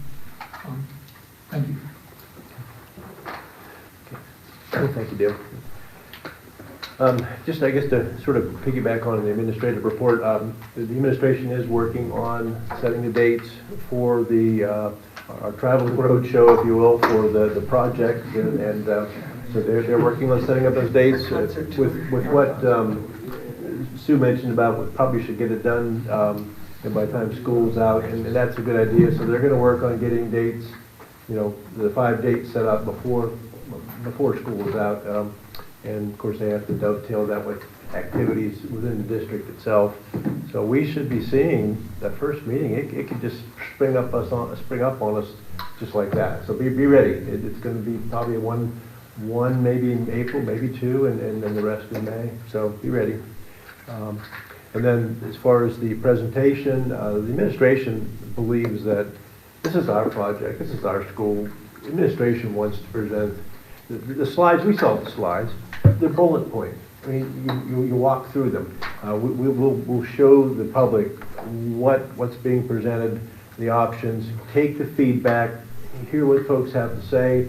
There may be questions, that maybe only the architect can answer. We would make note of that and get that as part of an FAQ document that goes to the website. So, yeah, Dan in particular really would like for us to speak to our community and not have a paid mouthpiece. I don't mean that derogatorily, but not paying somebody else to speak for us. Let us speak for ourselves because it's our people. So I like that. I like that. Dan's, he's saying that would be better for our people to see us out there. And that means all of us, any meetings you can attend, all of us. So.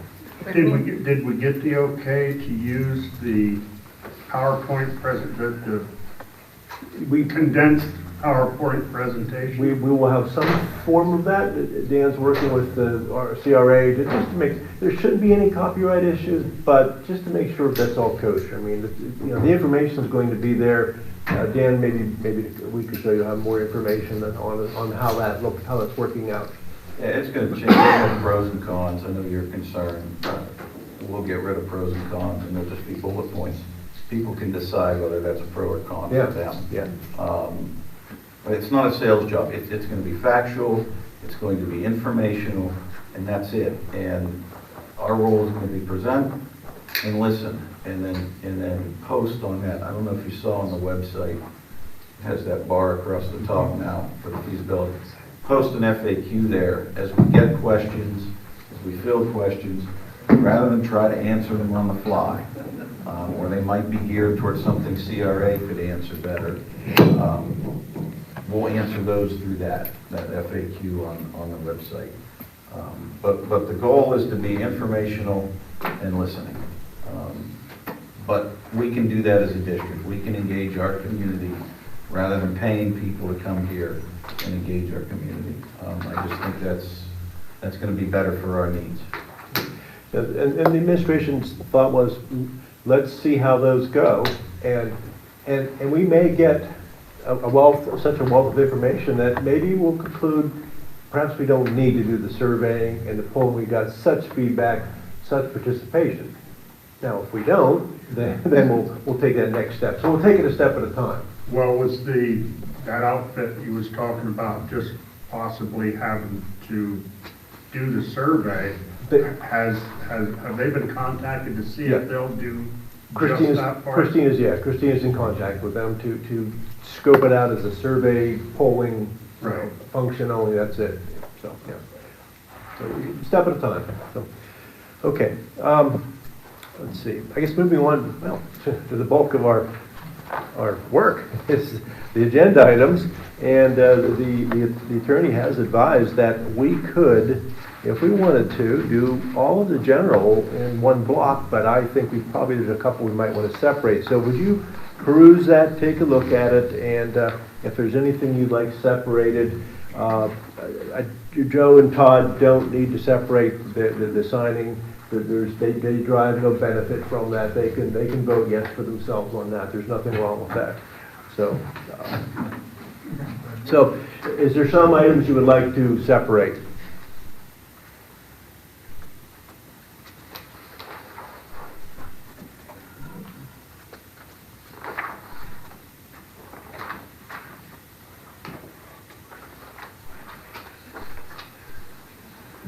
Perhaps there's an item you'd like a little clarity on too. Dave, I only request G8 to be separate, to get a roll call vote on that. Okay.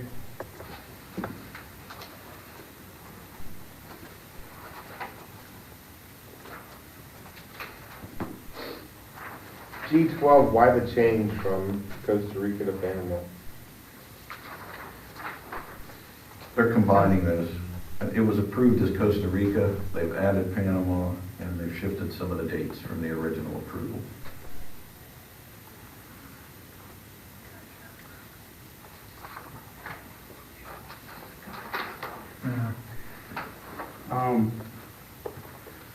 guess I gotta ask one more question on that one. What is in Costa Rica and Panama right now, what is the political climate there? I haven't measured that, I don't know, they're not on You know what any I'm kind of saying? travel list, Like red right? list. You know what I'm saying? Yeah, they're working with a group, EF Tours, that monitors them. That's why Panama got added.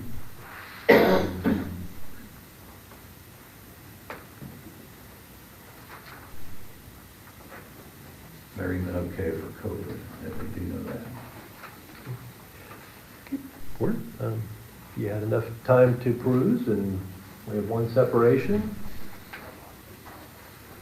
Okay, with that then, I would entertain a motion on the general side of the agenda for G1 through G7 and G9 through G14. I'd entertain a motion for approval. So moved. Second. Okay, any additional questions or discussion? All right, hearing none, all in favor say aye. Aye. Opposed? Ayes have it. Now moving to item G8, approval of the district and the administration of the Act 93. That, if I can make an amendment or a verbiage change, that really should be called Act 93 compensation plan. That is the correct technical legal term for that. So let's make the record reflect that that is the proper way to identify that.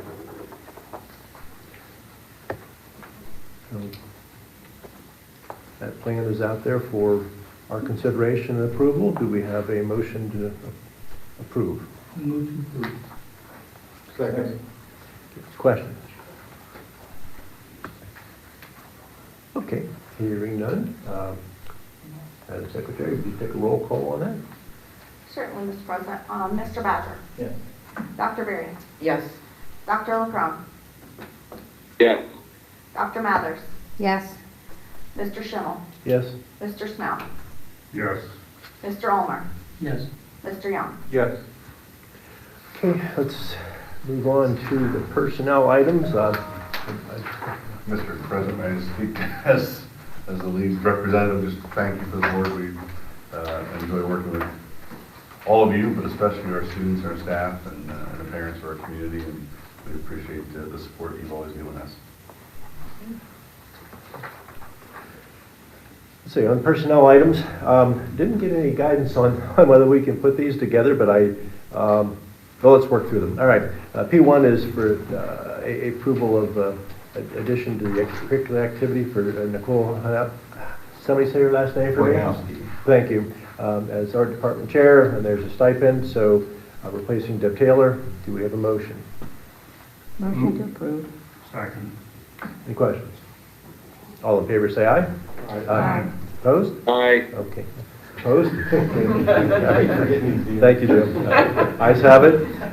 P2, additions and changes to the coaching staff. We have coaches replacing, Jessica Reich is a volunteer, and Olivia Borak is junior high coach, and the stipend replacing Jessica Reich. So, do the motion. Motion to approve. Second. Okay, any questions? Okay, all in favor say aye. Aye. Aye. Opposed? Ayes have it. P3, approval of addition to the business office staff. Christy Cease as a business office specialist at $35,000 pro rata, effective, I guess that'd be effective tomorrow, replacing Darren Tull. Move to approve.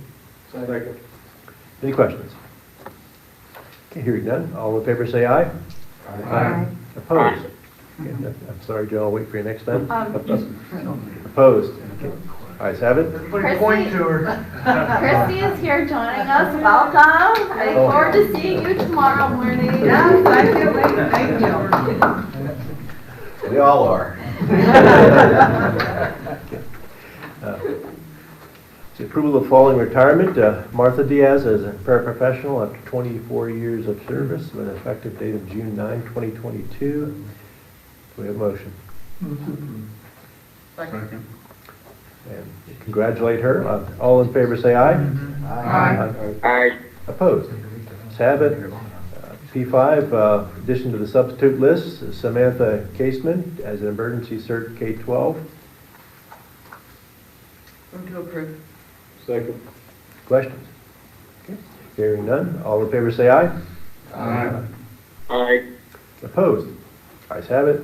P6, approval of leave for employee, the employee number there from May 31, 2022 to September 30, 2022. We have a motion. Move to approve. Any questions? Okay. Hearing none. All in favor say aye. Aye. Aye. Opposed? Ayes have it. P7, approval in addition to the support staff, Candy Licensing as a paraprofessional at $12.50 an hour, 12.5 hours per day, effective April 19, 2022, a replacement for Kim Rockwell. Do we have a motion? Move to approve. Second. Any questions? Hearing none. All in favor say aye. Aye. Aye. Opposed? Ayes have it. And now we'll move on to transportation and approval of the Promised Land busing rates in the amounts of $29.3620 and $3,048.41 for March 2022. We had that attachment. Do we have a motion? Move to approve. Second. Any questions? Hearing none, all in favor say aye. Aye. Opposed? Ayes have it. And buildings and grounds, item 1, approval of some change orders from weatherproofing technologies for some deductions. Do we have a motion? Motion to approve. Do we have a second? Second. Any questions? Yes. Joe, how far along are they on this? They're done today, actually. They're gonna be hopefully all cleaned up tomorrow. No more change orders? And these are good change orders. We want Well, I these. know these are good ones, but I'm just saying. No, if it's all done, hopefully that's it, yep. Okay. Okay. Any other questions? Hearing nothing, all in favor say aye. Aye. Opposed? Aye. Okay, opposed? You're not Darn opposed. delay. He's opposed a lot. You're not opposed, Joe. You're all ayes. I'm a little ahead of you. Sorry. Now I hit the button a little late. Okay. All right. Budget, under budget and finance, we have the business manager would like us to consider approval of transfer of $1,020,000 from general fund to capital reserve account. Do we have a motion? Move to approve. Second. Any questions? Okay. This doesn't require a roll call, does it? No. Okay. All in favor say aye. Aye. Aye. Opposed? Ayes have it. All right, that concludes our agenda items, and from there we'll now move on to committee reports.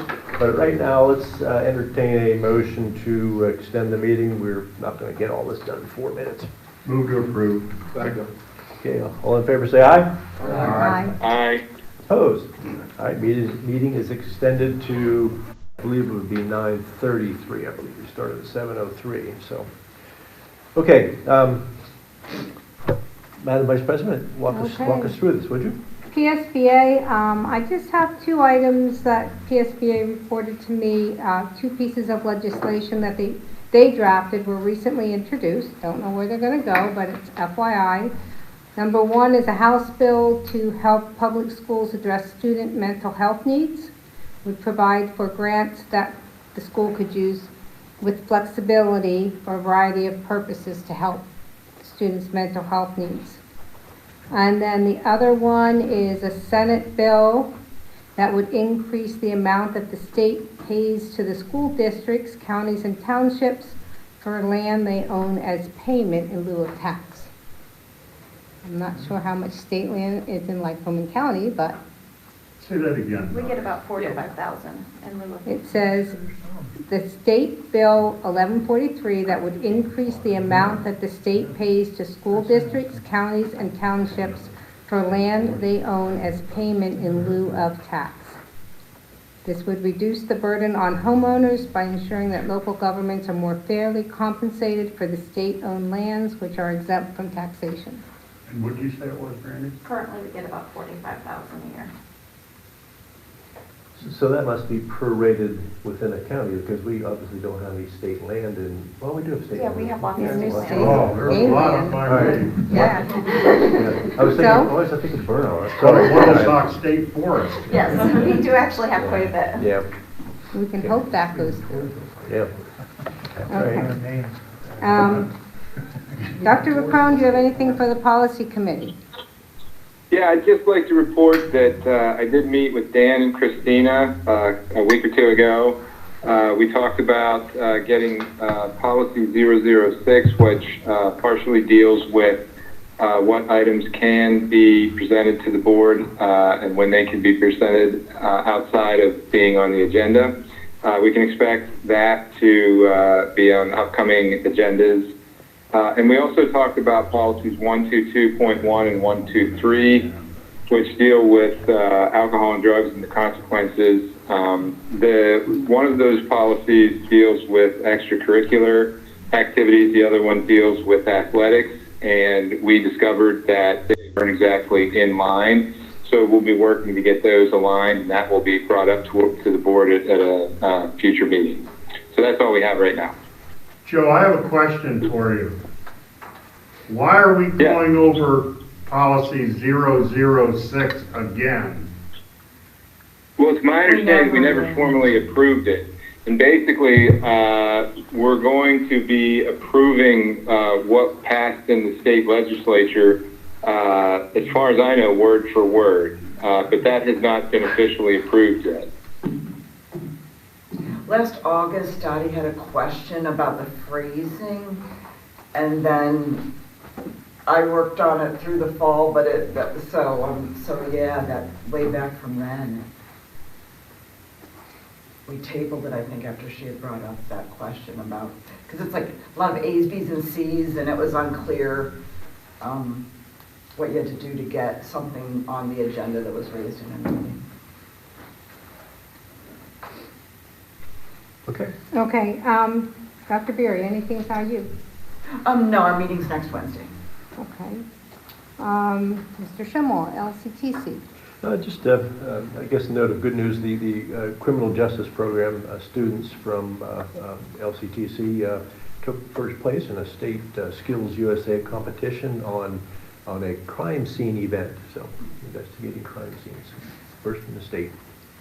Dave, are the same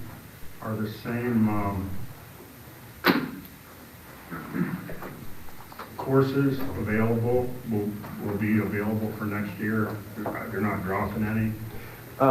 Because last year, I think they dropped some. The drafting course went away a couple of years ago, and Nathan was up to see him. That was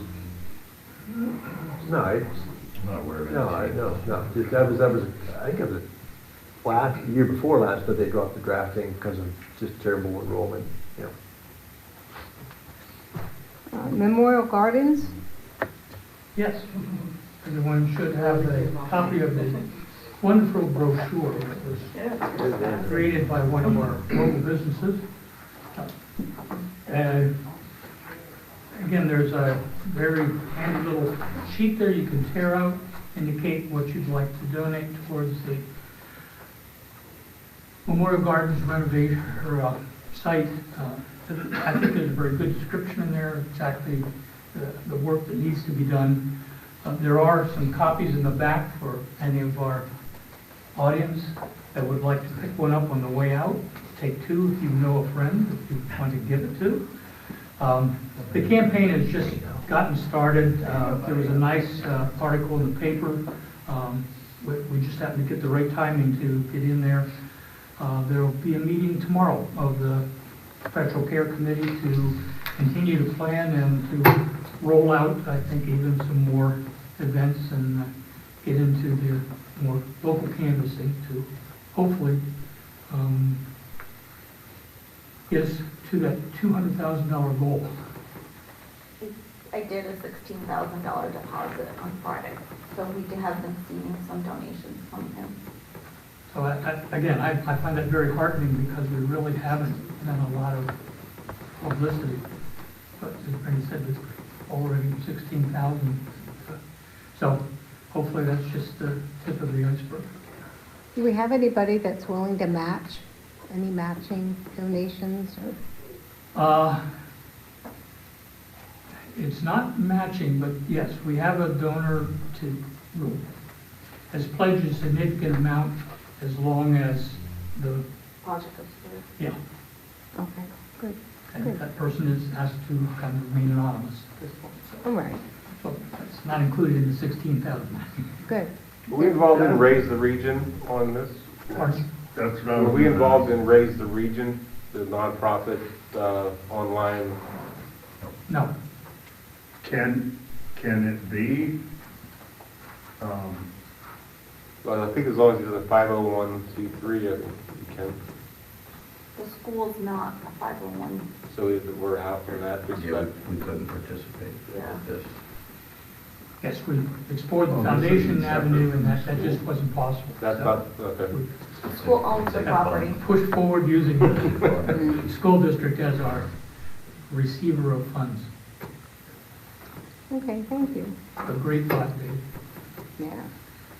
You have anything to add to the budget? Just another thank you to Brandy for all the work, and look forward to that deficit being reduced a little bit more. And there was Ron, let's see if we can tweak that tax increase a little bit. And we'll continue to work on that. Okay, and Mr. Albert's not here for building and grounds. Mr. Badger, anything with extracurriculars? Well, not this time, but we are working on some exciting stuff that we'll update soon. Cool. Thank you. That's it. Okay.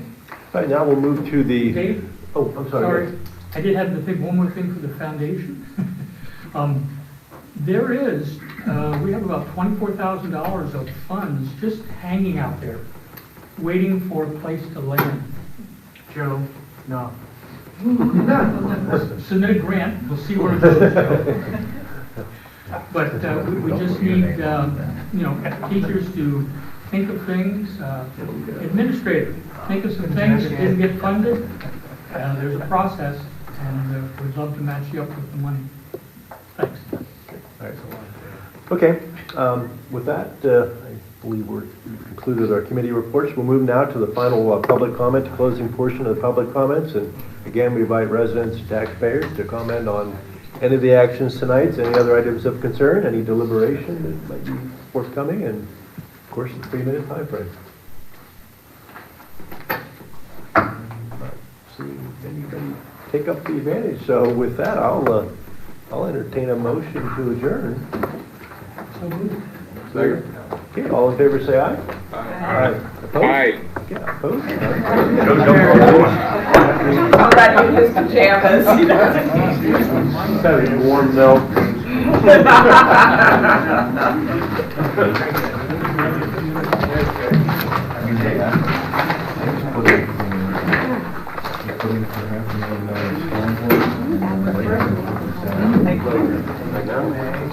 I'll see you in the morning.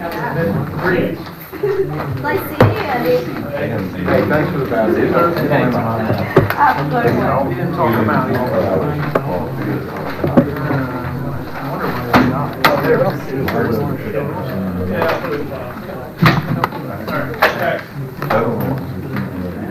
Sir? We're still gonna do that. I know. Go home. I mean, I do have a home.